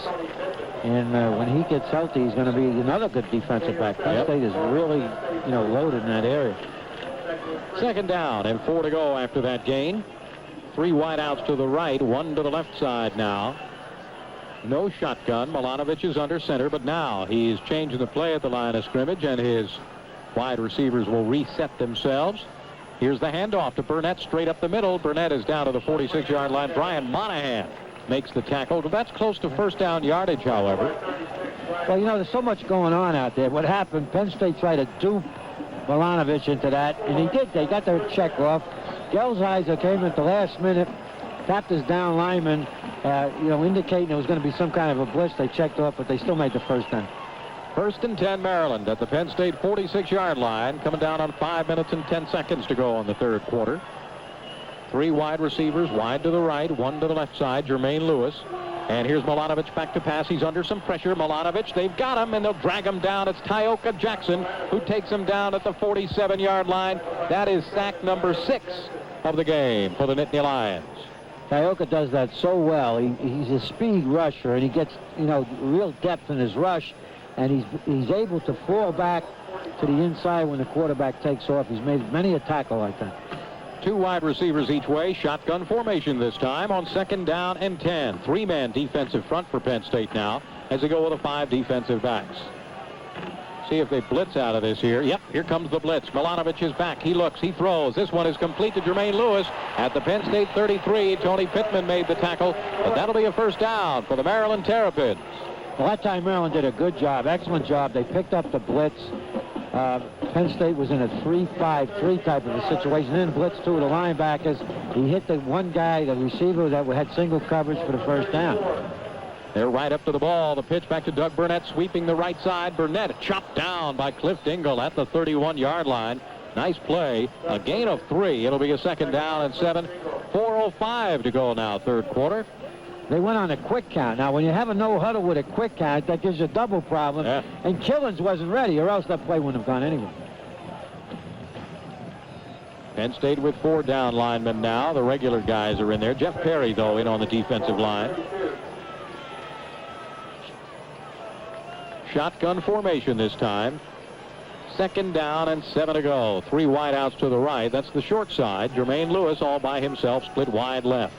Here's Milanovic. He's looking, throws Lewis's way. Can't get it. Off his hands at the 17-yard line. A groan from the crowd because they believe Tony Pittman may have hit him a little bit too early. Wasn't a bad throw. You see what they did, the strategy on that? Put the 3 receivers to the short side of the field, get single coverage to the wide side on Pittman, and almost a completion. That's the one they completed before. Tyoka Jackson, we are told, may have been shaken up on that, possibly on that last sack play. That's why Jeff Perry is in there now. We'll keep an eye on that for you. Third down play, 7 to go, 3 wideouts left, 1 to the right in a shotgun formation, but now Garoy Simon in motion to the right, stops and goes back to the left side. Milanovic has everybody set, and on third down, that's too much time. No, the clock didn't run down, but we have whistles going now. Let's wait to see. Oh, you know what? Someone in the crowd blew a whistle again. And we may have, are we going to have a penalty assessed here? Someone in the crowd blew a whistle again. And that happened early in the game during a play and actually stopped play for a while, and they replayed the play. But no penalty assessed here. The officials just kind of say, okay, let's knock it off and start over again. Well, it really doesn't do anything good for the home team because if they keep it up, they're going to penalize the home team. I mean, that's the rule. Third down, 7 to go. Here's the shotgun setup. Penn State with 4 down linemen, and they come with a 4-man rush. Milanovic is back to pass, looking, throws to the right sideline. Russ Weaver is open at the 20, and he's out of bounds at the Penn State 17. Brian Miller over there to ride him out of bounds, but first down for Maryland as they are driving now deep in Penn State territory at the 17-yard line. Well, Perry put a great rush on, but again, Milanovic is doing a much better job now of finding his receivers. You know, after all, he's been seeing this basically the same defense now going into close to the end of the third quarter. Maryland right up to the ball again. Milanovic this time scrambling out to the left side, still looking to throw, and finally just dumps it way out of bounds. Incomplete. It'll be a second down and 10 to go. But I tell you, did you see Claire, the nose tackle, chase him? And you're talking about a guy about 250, 260. And I tell you, he was catching Milanovic from behind. He come off the block of the center, and he was the one who put the heat on. So Maryland will line it back up again at the 17 and have a second down and 10 to go. And what they got a little different version now. They got the four down linemen with Ben Fatty's playing over the center. Yep. 2 wideouts each way. Burnett the lone setback. And Milanovic takes the snap in the shotgun. The blitz is on. Milanovic is under some pressure. He's hit as he throws, and it's incomplete. Brian Gelsheiser had a shot at the interception as the ball came fluttering out of there. Incomplete. Eric Ravati laid the hit on Milanovic as he let go of the ball. Yeah, but by putting Ben Fatty over the center, they got to give him help. So that releases one of their offensive linemen goes to help out, and the other rushers get a better shot at the quarterback. Gelsheiser's come twice, maybe 3 times, and making interceptions like that. 3rd down and 10 to go. Kramus and Simon wide right. Weaver and Lewis wide to the left side. Shotgun formation again. Penn State with 3 down linemen, 3 linebackers, and 5 defensive backs. Here comes a blitz from Holmberg. Yep, here comes the blitz. Milanovic steps up in the pocket, fires down the middle, but incomplete. Over the head of Jason Kramus, but Brian Miller and Lee Rubin had double coverage on him as he was running a post pattern. 4th down and 10 to go for Maryland, and they won't bother with a field goal here. They'll go for it. Well, they had number 1 Burnett, the super back in there, and he practically wrestled Holmberg down. I mean, the officials are, they want to. I think they want to get this game over with, to be quite frank with you. They're letting a lot of things go. 3 minutes and 8 seconds to go in the 3rd quarter. Penn State leads it 49-7. Maryland with the ball at the Penn State 17-yard line. A 4th down and 10 to go. Shotgun formation again. 3-man rush by Penn State. Milanovic is back. He's under pressure, scrambling out to the left side, still looking to throw. He's over the line of scrimmage as he threw that ball into the end zone. It is caught, but he was over the line of scrimmage. The flag, they got it. Yeah. It was caught by Geroy Simon, but no. Milanovic was over the line of scrimmage. The penalty flag is down. So it wasn't even close. No. He was about 2 yards over the line of scrimmage, but they had 2 flags on that. So Penn State can decline. Well, no, they couldn't. They'd have to take the penalty, right? Take the penalty.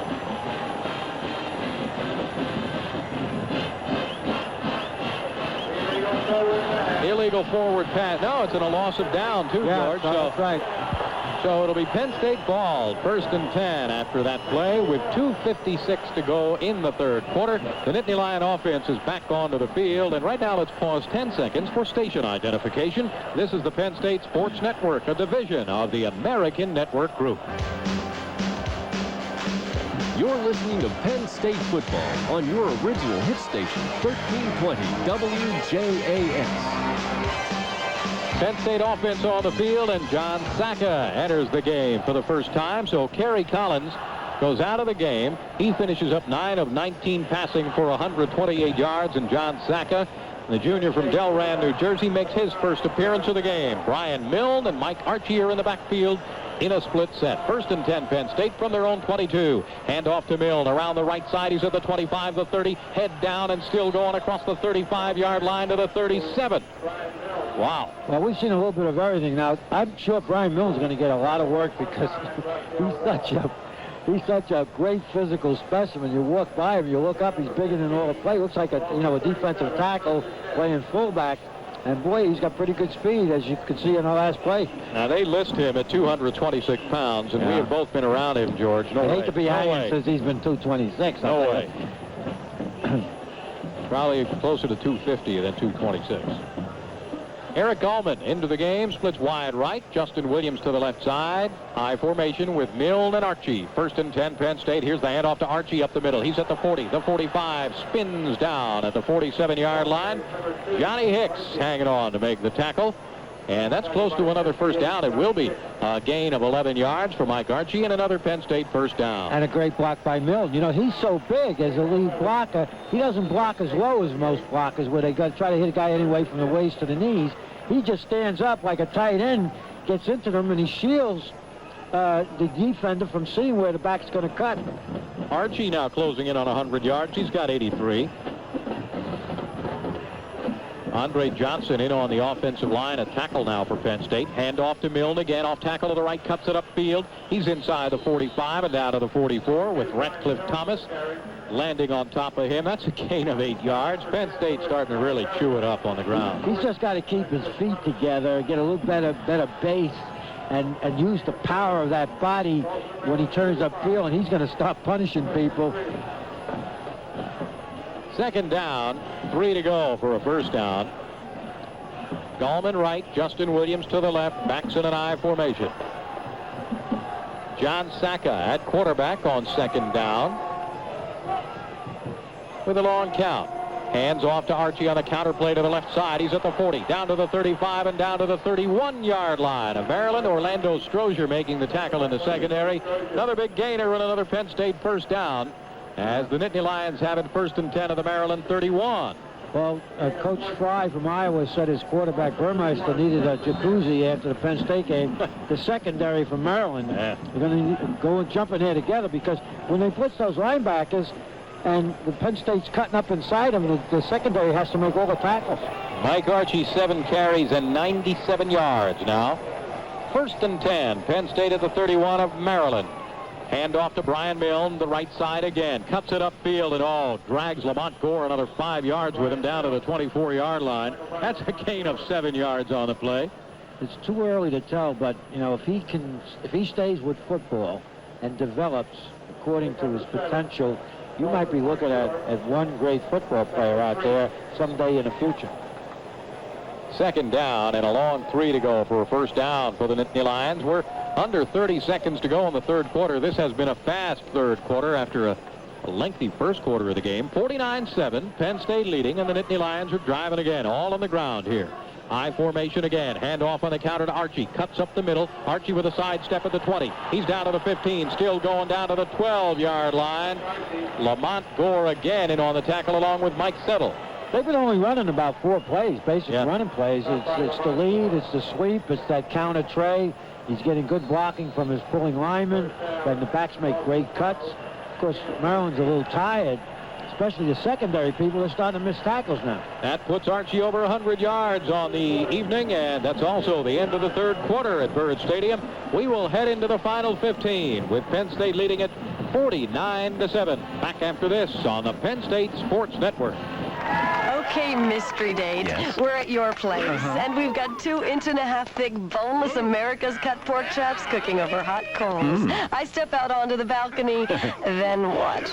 I do what any hot-blooded man would do. I head straight for the grill to flip those pork chops. And nothing gets me going like a tender, juicy America's cut. I'll take him. Pork, the other white meat from America's pork producers. Quality film developing of all your color film awaits you at your neighborhood Rite Aid pharmacy. Every time you take your film to Rite Aid, you can count on quality color prints with fast, courteous Kodak Color Watch service. And with each roll you develop, you can get a second set of prints for only 99 cents.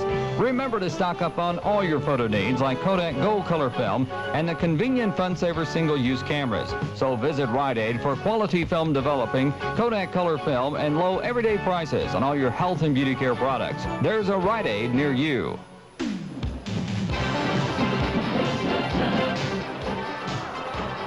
Into the fourth quarter we go. Penn State up 49-7. And remember, at the end of this game, we'll be naming our PNC Bank Performance Player of the game. Stay tuned to the post-game show to find out who gets the award for this one. John Saka hands off to Mike Archie. Archie cutting it up the middle again. And he's down to the 5-yard line for a gain of 7 on the play. Lamont Gore again. Boy, he has been in on so many tackles in the secondary. He's going to get bruised up. You know, you hate to repeat yourself, but he just got behind Milne, made his cut up to the inside, and he shields protects the back from anybody trying to close on him. He's so big. Penn State now unofficially with 335 rushing yards in the game.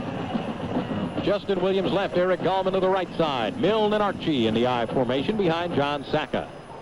Second down and 3. Hand off to Archie again. Follows Milne. He's at the 5 and is chopped down by Madison Bradley at the 2-yard line. But that'll be close to a first down. Penn State should have a 1st and goal from inside the 2 here, and the jumbo unit should be called on at this point.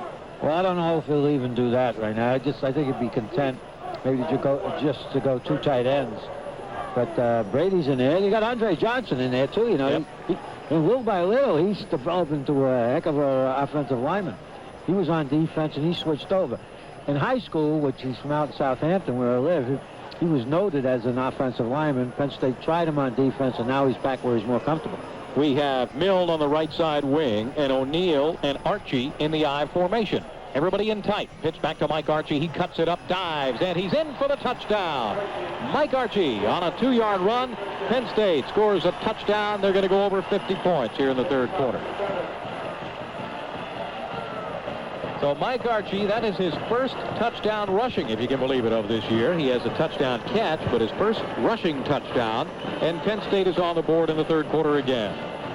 Well, Mike Archie's a type of a player, really. He could play defensive back, or he could be a wide receiver, and he could be a tailback. I don't know what Joe's going to do in the future because, you know, he has other backs, and that kid's such a good player. You'd like to get him in the game a little bit more, whether it be offense, defense, or a flank, or whatever. Phil Collins does the holding for Brett Conway, and the extra point kick is up. It is solid and good, and Penn State adds point number 56 onto the board. They now lead it 56-7 with 13:50 to go in the game. We'll be back right after this word on the Penn State Sports Network. Kathy Brooks of Grand Prairie, Texas, is telling us about her itchy skin problem. I had a terrible reoccurring rash on my legs, both legs, from dryness. It didn't only look bad, it almost drove me crazy trying to combat the itch. But Kathy Brooks got relief using Triple Action Gold Bond medicated powder. Gold Bond keeps down the itch that was a result of that rash breaking out. But Gold Bond kind of soothed it off and calmed it down, dried it up, and now I'm not bothered with it. Gold Bond's Triple Action is like 3 great powders in one. It has the absorbing action of powder, the medicating action of a proven itch fighter, and the drying action of zinc oxide. That's Triple Action Gold Bond. It was soothing and left you with this velvety feeling.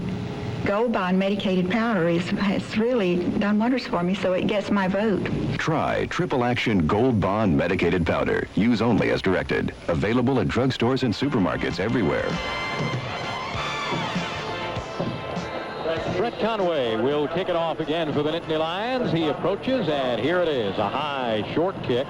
This one will go to Andrew Carter at the 13-yard line. Carter to the left side is to the 20. Has the legs taken out right there by Brian Miller as he gets out to the 24-yard line. First and 10 for the Maryland offense from there. Let's see if we start seeing some substitutions for the Maryland offense. And yes, they've got a new quarterback coming into the game. Kevin Foley is checking in, George, and he is the brother of Glenn Foley up at Boston College, a freshman from Cherry Hill, New Jersey, 6'2", 185. So Kevin Foley now directing the offense of Maryland.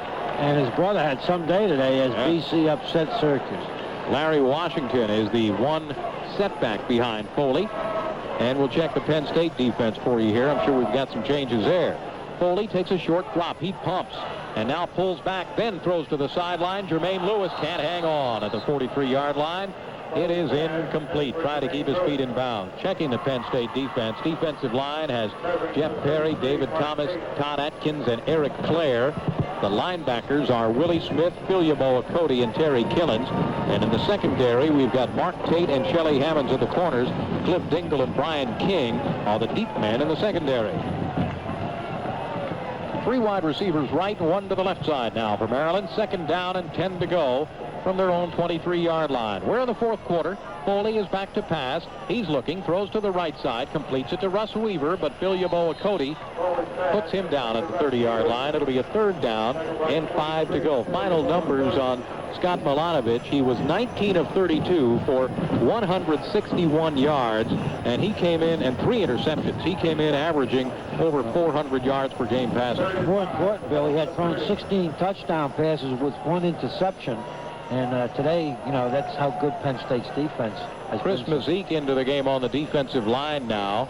3rd down and 5 to go for Maryland. Wide receivers each way, 2 to the right, 2 to the left side.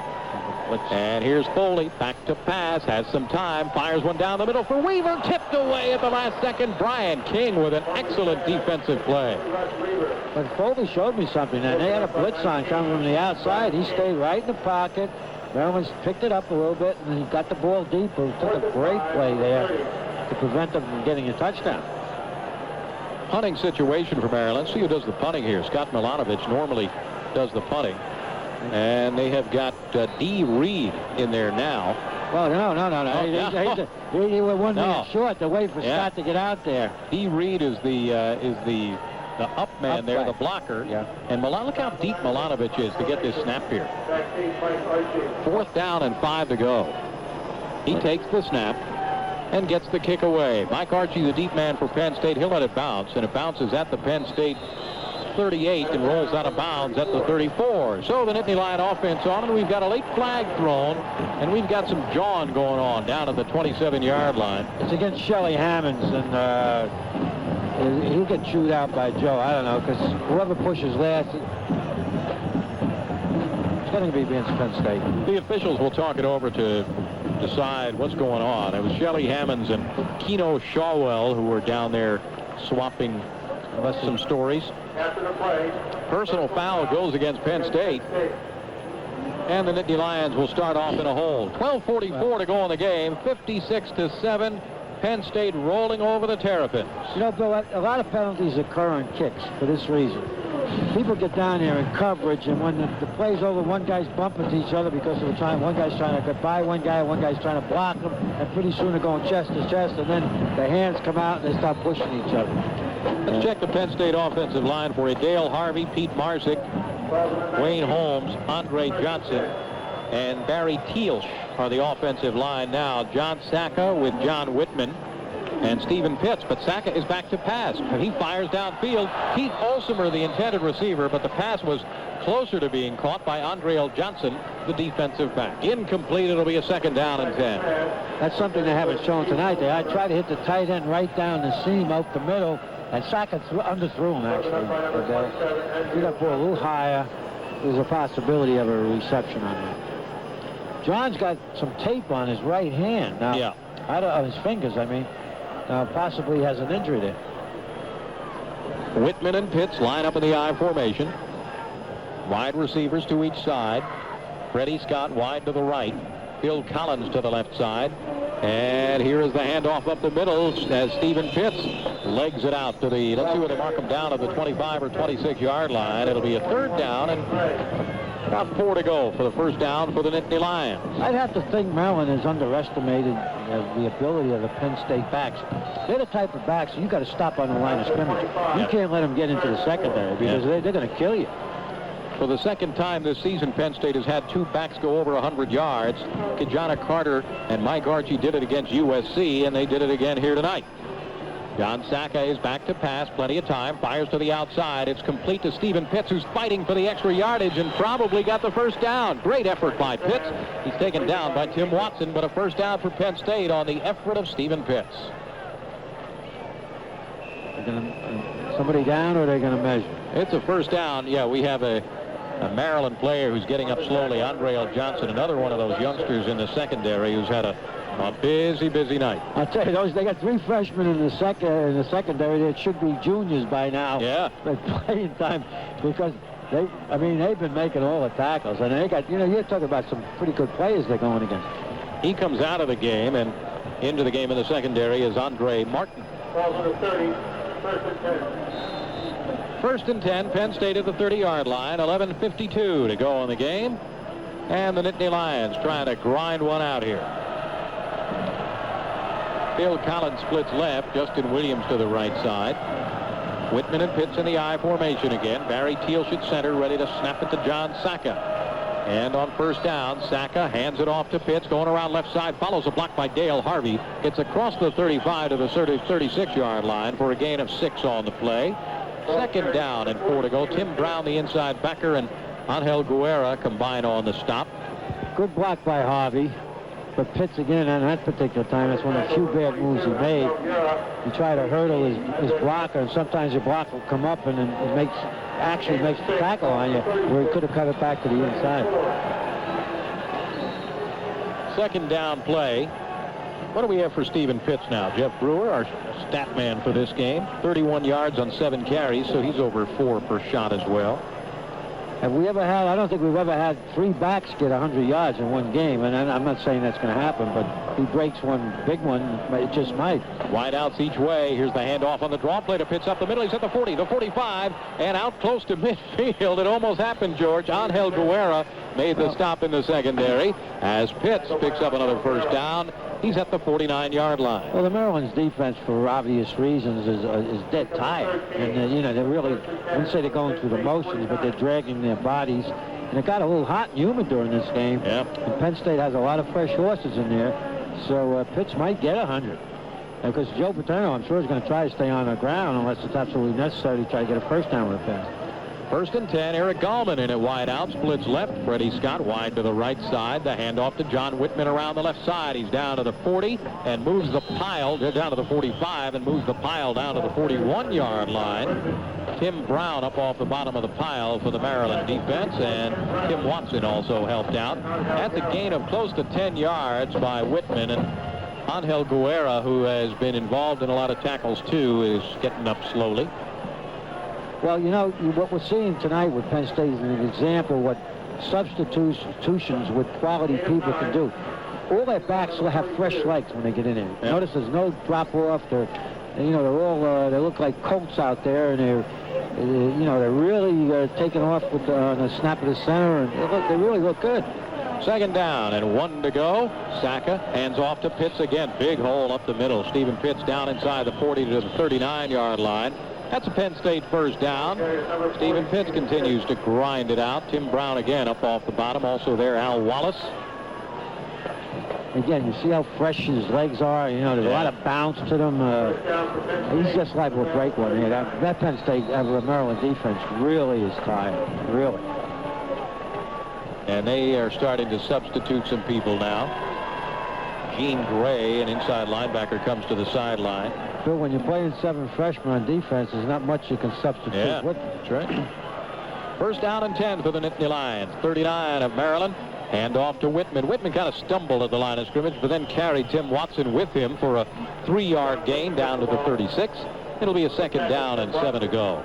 Another one of those powerful fullbacks. Well, he's a power runner, you know. Then as the more he runs with the ball, he'll start getting his head up a little bit, and when he gets a little daylight, he'll try to take advantage of it. Clock is running with 8 minutes and 42 seconds to go in the game. Penn State leads it 56-7, keeping the ball on the ground here, and they're down to the Maryland 36-yard line. I believe that Penn State must have close to 400 yards rushing now. It's pretty close, Bill.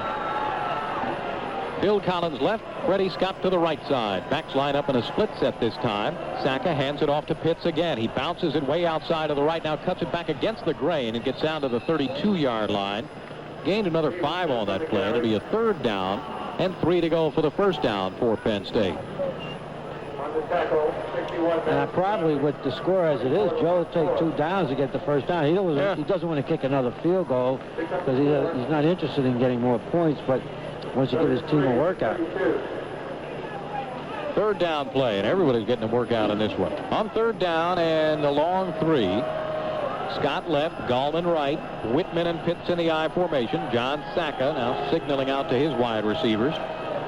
And here's the handoff to Pitts on the counter, hit at the line of scrimmage, and he's actually hit for a loss on the play. As they were crashing through, Madison Bradley and Alan Williams are right in the hole waiting for Stephen Pitts. And it will be a 4th down and about close to 5 to go for the first down, and Penn State will go for it here. They might throw it here because, you know, you don't want to embarrass a team by, it looks like you're giving it up and so forth. The thing to do, in fairness to John Saka, give him an opportunity to make the first down. We have Penn State right now at 409 yards rushing for this game. Well, Maryland was giving up 320 to its other opponents, so, you know, we've got a pretty good running game ourselves. Here's the 4th down. Freddie Scott in motion from right to left. John Saka will pitch it back to Stephen Pitts. He cuts it upfield. Pitts still going, but he won't get the first down. Taken down at the 31-yard line, so no passing play. Tim Brown made the first hit on Stephen Pitts. And on downs, Maryland gets the ball 1st and 10 at their own 31-yard line. 6 minutes and 47 seconds to go in the game. Penn State leads it 56-7, and Tim Brown, who made that tackle, is slow getting up, the 205-pounder from Statesville, North Carolina. And this is something that is a danger here, too, George. Once you get this worn down in the game, a danger is getting some people banged up. And you know who they got coming up? I don't know the order of the schedule, but they have Syracuse, Florida State coming up, Maryland. You know, and he's thin as it is. He's playing young kids, as you know, on the defense. And when you get tired is when you get hurt. Remember, for high-quality color film processing in Lion Country, you can head to Rite Aid. Low prices and quality prints are guaranteed. They're still checking out Brown. He's down at the 33-yard line. Meanwhile, let's check the Penn State defense and see if we've got any new faces in there now.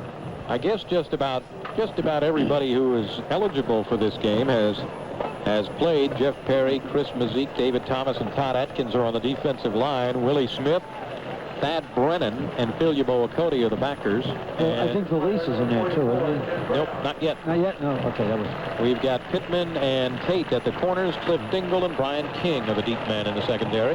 That's Chris Mazik, I think, is 51 instead of 61. Oh, 51, yeah. First and 10, Maryland at their own 31-yard line as Tim Brown is helped off of the field. He limps off. Kevin Foley is the quarterback. They line up in the shotgun formation. First and 10 from their own 31. Russ Weaver goes in motion right, now turns around and comes back to the left side. Foley takes the snap in the shotgun, looks over the defense. Now he is hit, and the ball popped out of there. A scramble at the 27. Penn State recovers. Coming up with the ball, I believe Chris Mazik came up with the ball. I think he made the play, too. Foley tried to step up in the pocket, and the pursuit came from behind, blindsided him. And, you know, when things go bad, they go bad. Another sack for Penn State. That's number 7 of the game. You know, Chris Mazik is, you know, we mentioned before, fantastic story. Now he's moved over. He was a heck of a defensive player. They moved him over to offense, and all his teammates are really patting him on the back. They want him to do well. Penn State now with some new people in again. Scott Stratton is in at an offensive tackle. Terry Pritchard is in at center. Bill Anderson also in the game. Milne and Jason Collins are the running backs. Here's the handoff to Milne up the middle. He's got a hole. He's at the 20, 15, 10, 5, and he's down at the 1-yard line. Brian Milne, boy, did he burst through that hole. And you know who made a heck of a block? Stratton. Yeah, Joe calls him the biggest man in the world. He's about 340. He laid on somebody, and did he pop that one for a guy 6'4"? Now, what he shouldn't have done, because, you know, you want him to be perfect.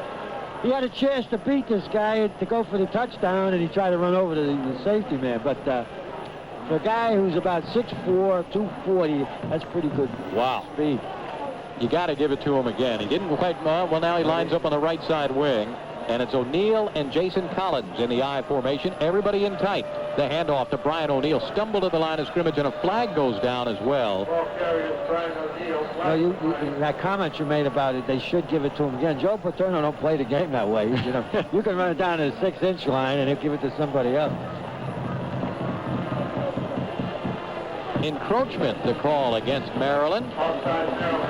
So they'll move it half the distance to the goal, which amounts to about a half a yard. And it'll be a first and goal again for Penn State. 6 minutes and 7 seconds to go in the game, and the Nittany Lions are about to crack the 60-point mark.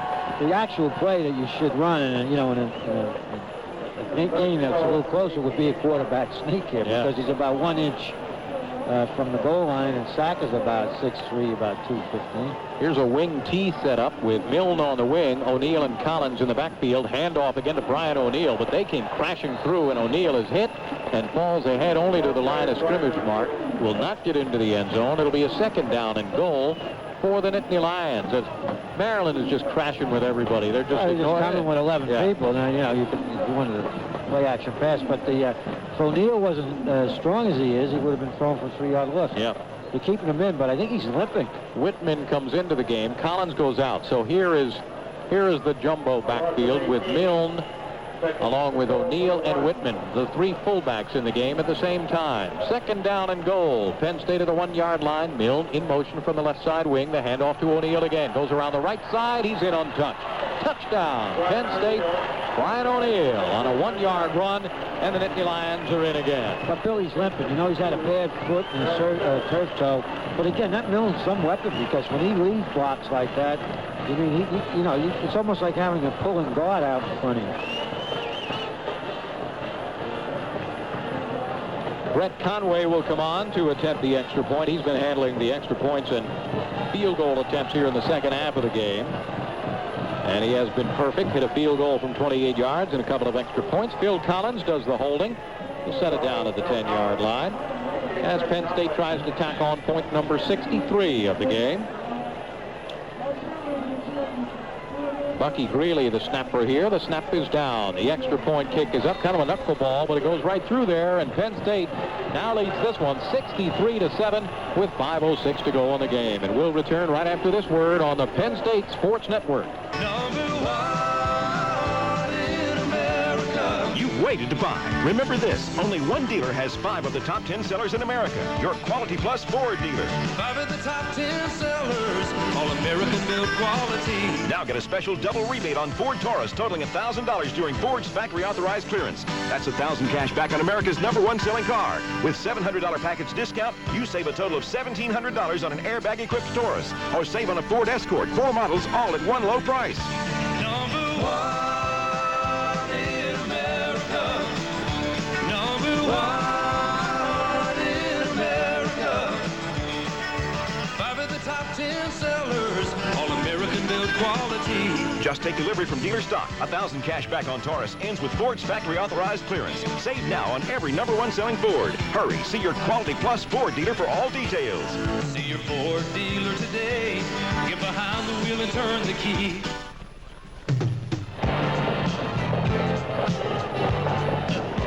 Five minutes and 6 seconds to go in the game. Penn State will kick it back, and with the 63-point score, this ties the most points ever scored against a University of Maryland team. Brett Conway has it teed up, and he kicks it away. High spinning kick. Alan Williams waits for it at the 2-yard line, takes it there. He's out to the 10, to the 15, to the 20, zigzagging at the 30. He's out to the 35, still going, and dragged down by Kim Herring at the 44. So a nice run back again by Williams and a first down for Maryland. They'll start it just inside their own 45-yard line. 43-yard return by Williams. That was a great run back. And, you know, even though they're winning the game, Joe's going to be a little angry because he had said early on that they had a good return team and they wanted to shut it down a little bit, but they haven't tonight. Keno Shawwell is into the game at running back. Penn State now will check that for you. We've got some new people into the game. A.J. Borowski is into the game on the defensive line now. There's Valise in the game. And here's Kevin Foley throwing to the outside on the quick swing pass. It's complete to Carter. He's across the 50 and down to the Penn State 48-yard line. It will be a second down and 3 to go. We've got 4:49 to go. Well, later on, I'd like to just make some comments about whether you should emphasize offense as versus defense. And whether you're more productive with the emphasis on defense. Second down and just a couple of yards to go for the first down. Maryland in Penn State territory. Here's the shotgun. Foley, that was a broken play. He was looking to give the ball off to Shawwell, and he just fell down. Right now, let's pause 10 seconds for station identification. This is the Penn State Sports Network, a division of the American Network Group. 1320 WJAS. Third down play and 5 to go.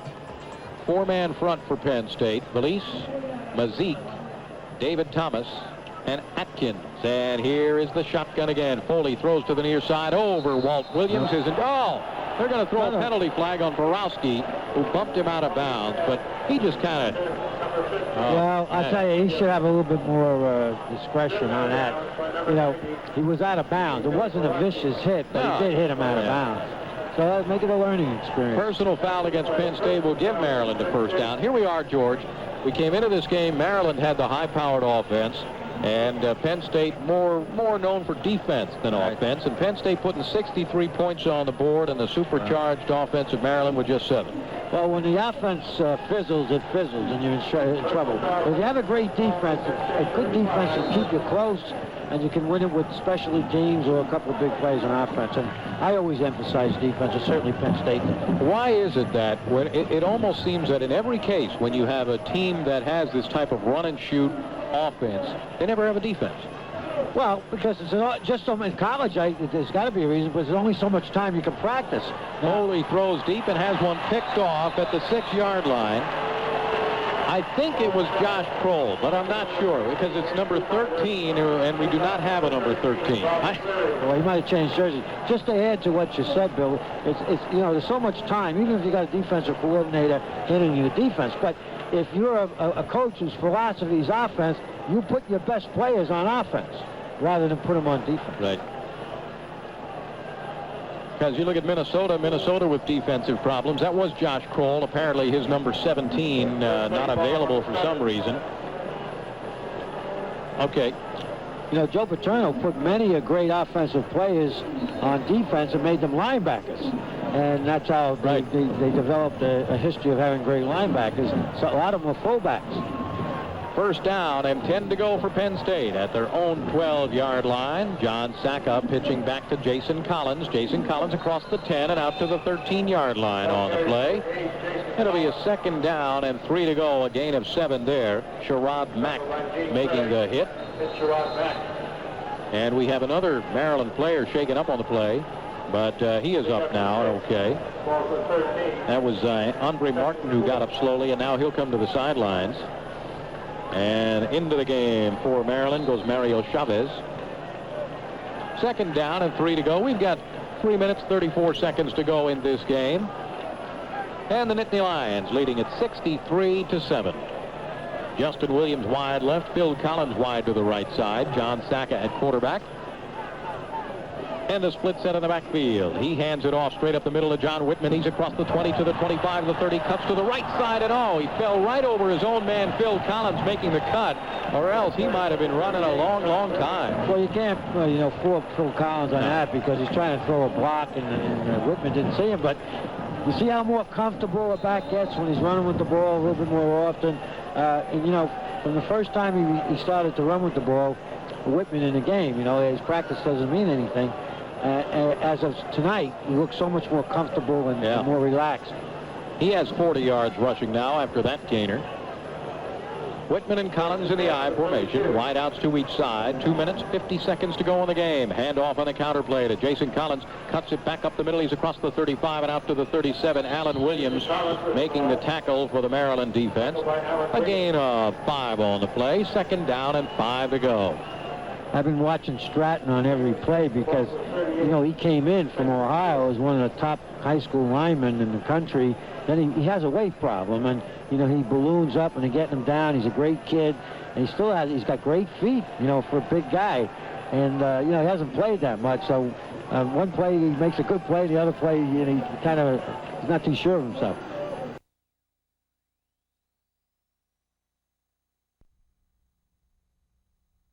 Score at the 2 and dove in for the touchdown. Well, I hope the fans don't get carried away because Maryland's a totally exhausted defensive team, and Penn State just keeps putting more and more quality people in there, especially those big fullbacks. That time it was Mills, who's about 240, rolling up in there and taking it for the touchdown. Wow. Brett Conway is on to attempt the extra point. Phil Collins will set it down at the 10-yard line. Extra point snap is down. The kick is up. That's right down the middle. Conway hits it. We've got 1:29 to go in the game. And Penn State has 70 points. They lead Maryland 70-7. We'll be back after this word on the Penn State Sports Network. Charlotte Field Haley of Bradford, Massachusetts. When's the last time you tried Ovaltine? Last night. A day never goes by, but I don't have at least 1 or 2 drinks of Ovaltine. Classic Ovaltine not only tastes good, it contains 10 essential vitamins and minerals, nutrients other milk flavorings don't have. I heat a big cup of milk in my microwave, and then I dump in 2 or 3 spoonfuls of Ovaltine. Stir it up. I read the label, and it said there was vitamins, so I figure I'm getting things in that I don't get somewhere else. Just 2 glasses of classic Ovaltine and milk provide almost 100% of the recommended daily allowance of B-complex vitamins, A, C, and D, plus other important nutrients the body needs for strong bones, strong teeth, good eyesight, and more. I'd say it's a great nutritional drink, and it really, to me, tastes better than coffee. I like the taste. I would say it's very satisfying. Ovaltine's my favorite. Classic Ovaltine. Tastes great, and it's great for you. Ovaltine.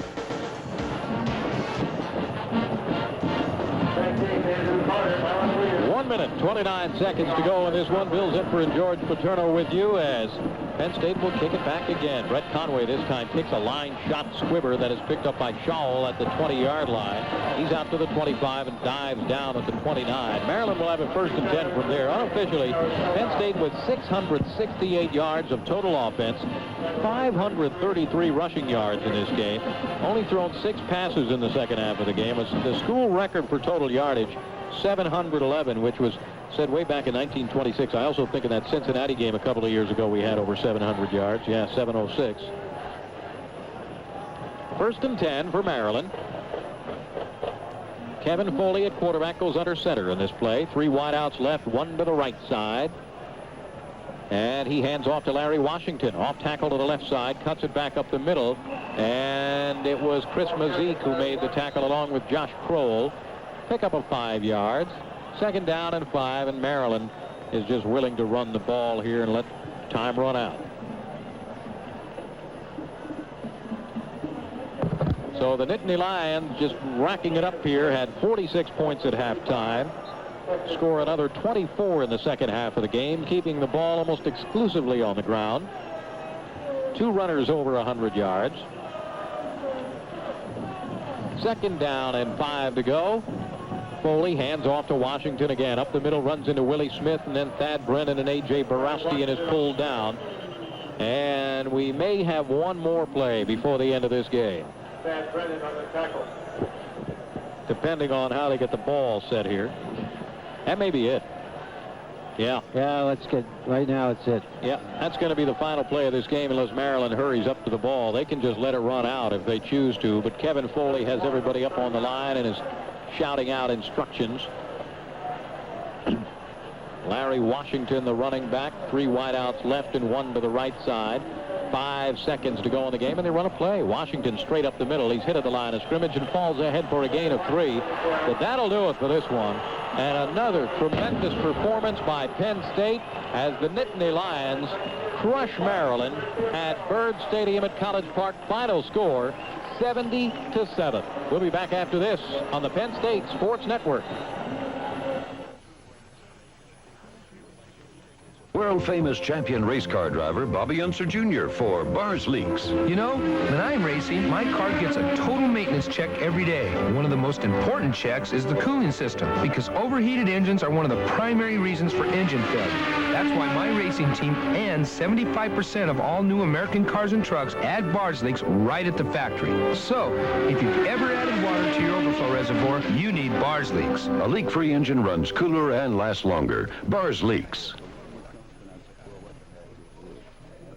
I play Cosmic Tank Battle on Video Boy when you can train in the real thing. In the Army National Guard, you'll be challenged, tested like never before, trained to protect your country and serve your community. You'll be the best, able to tackle anything life may send your way. The Army National Guard, Americans at their best. Become the best.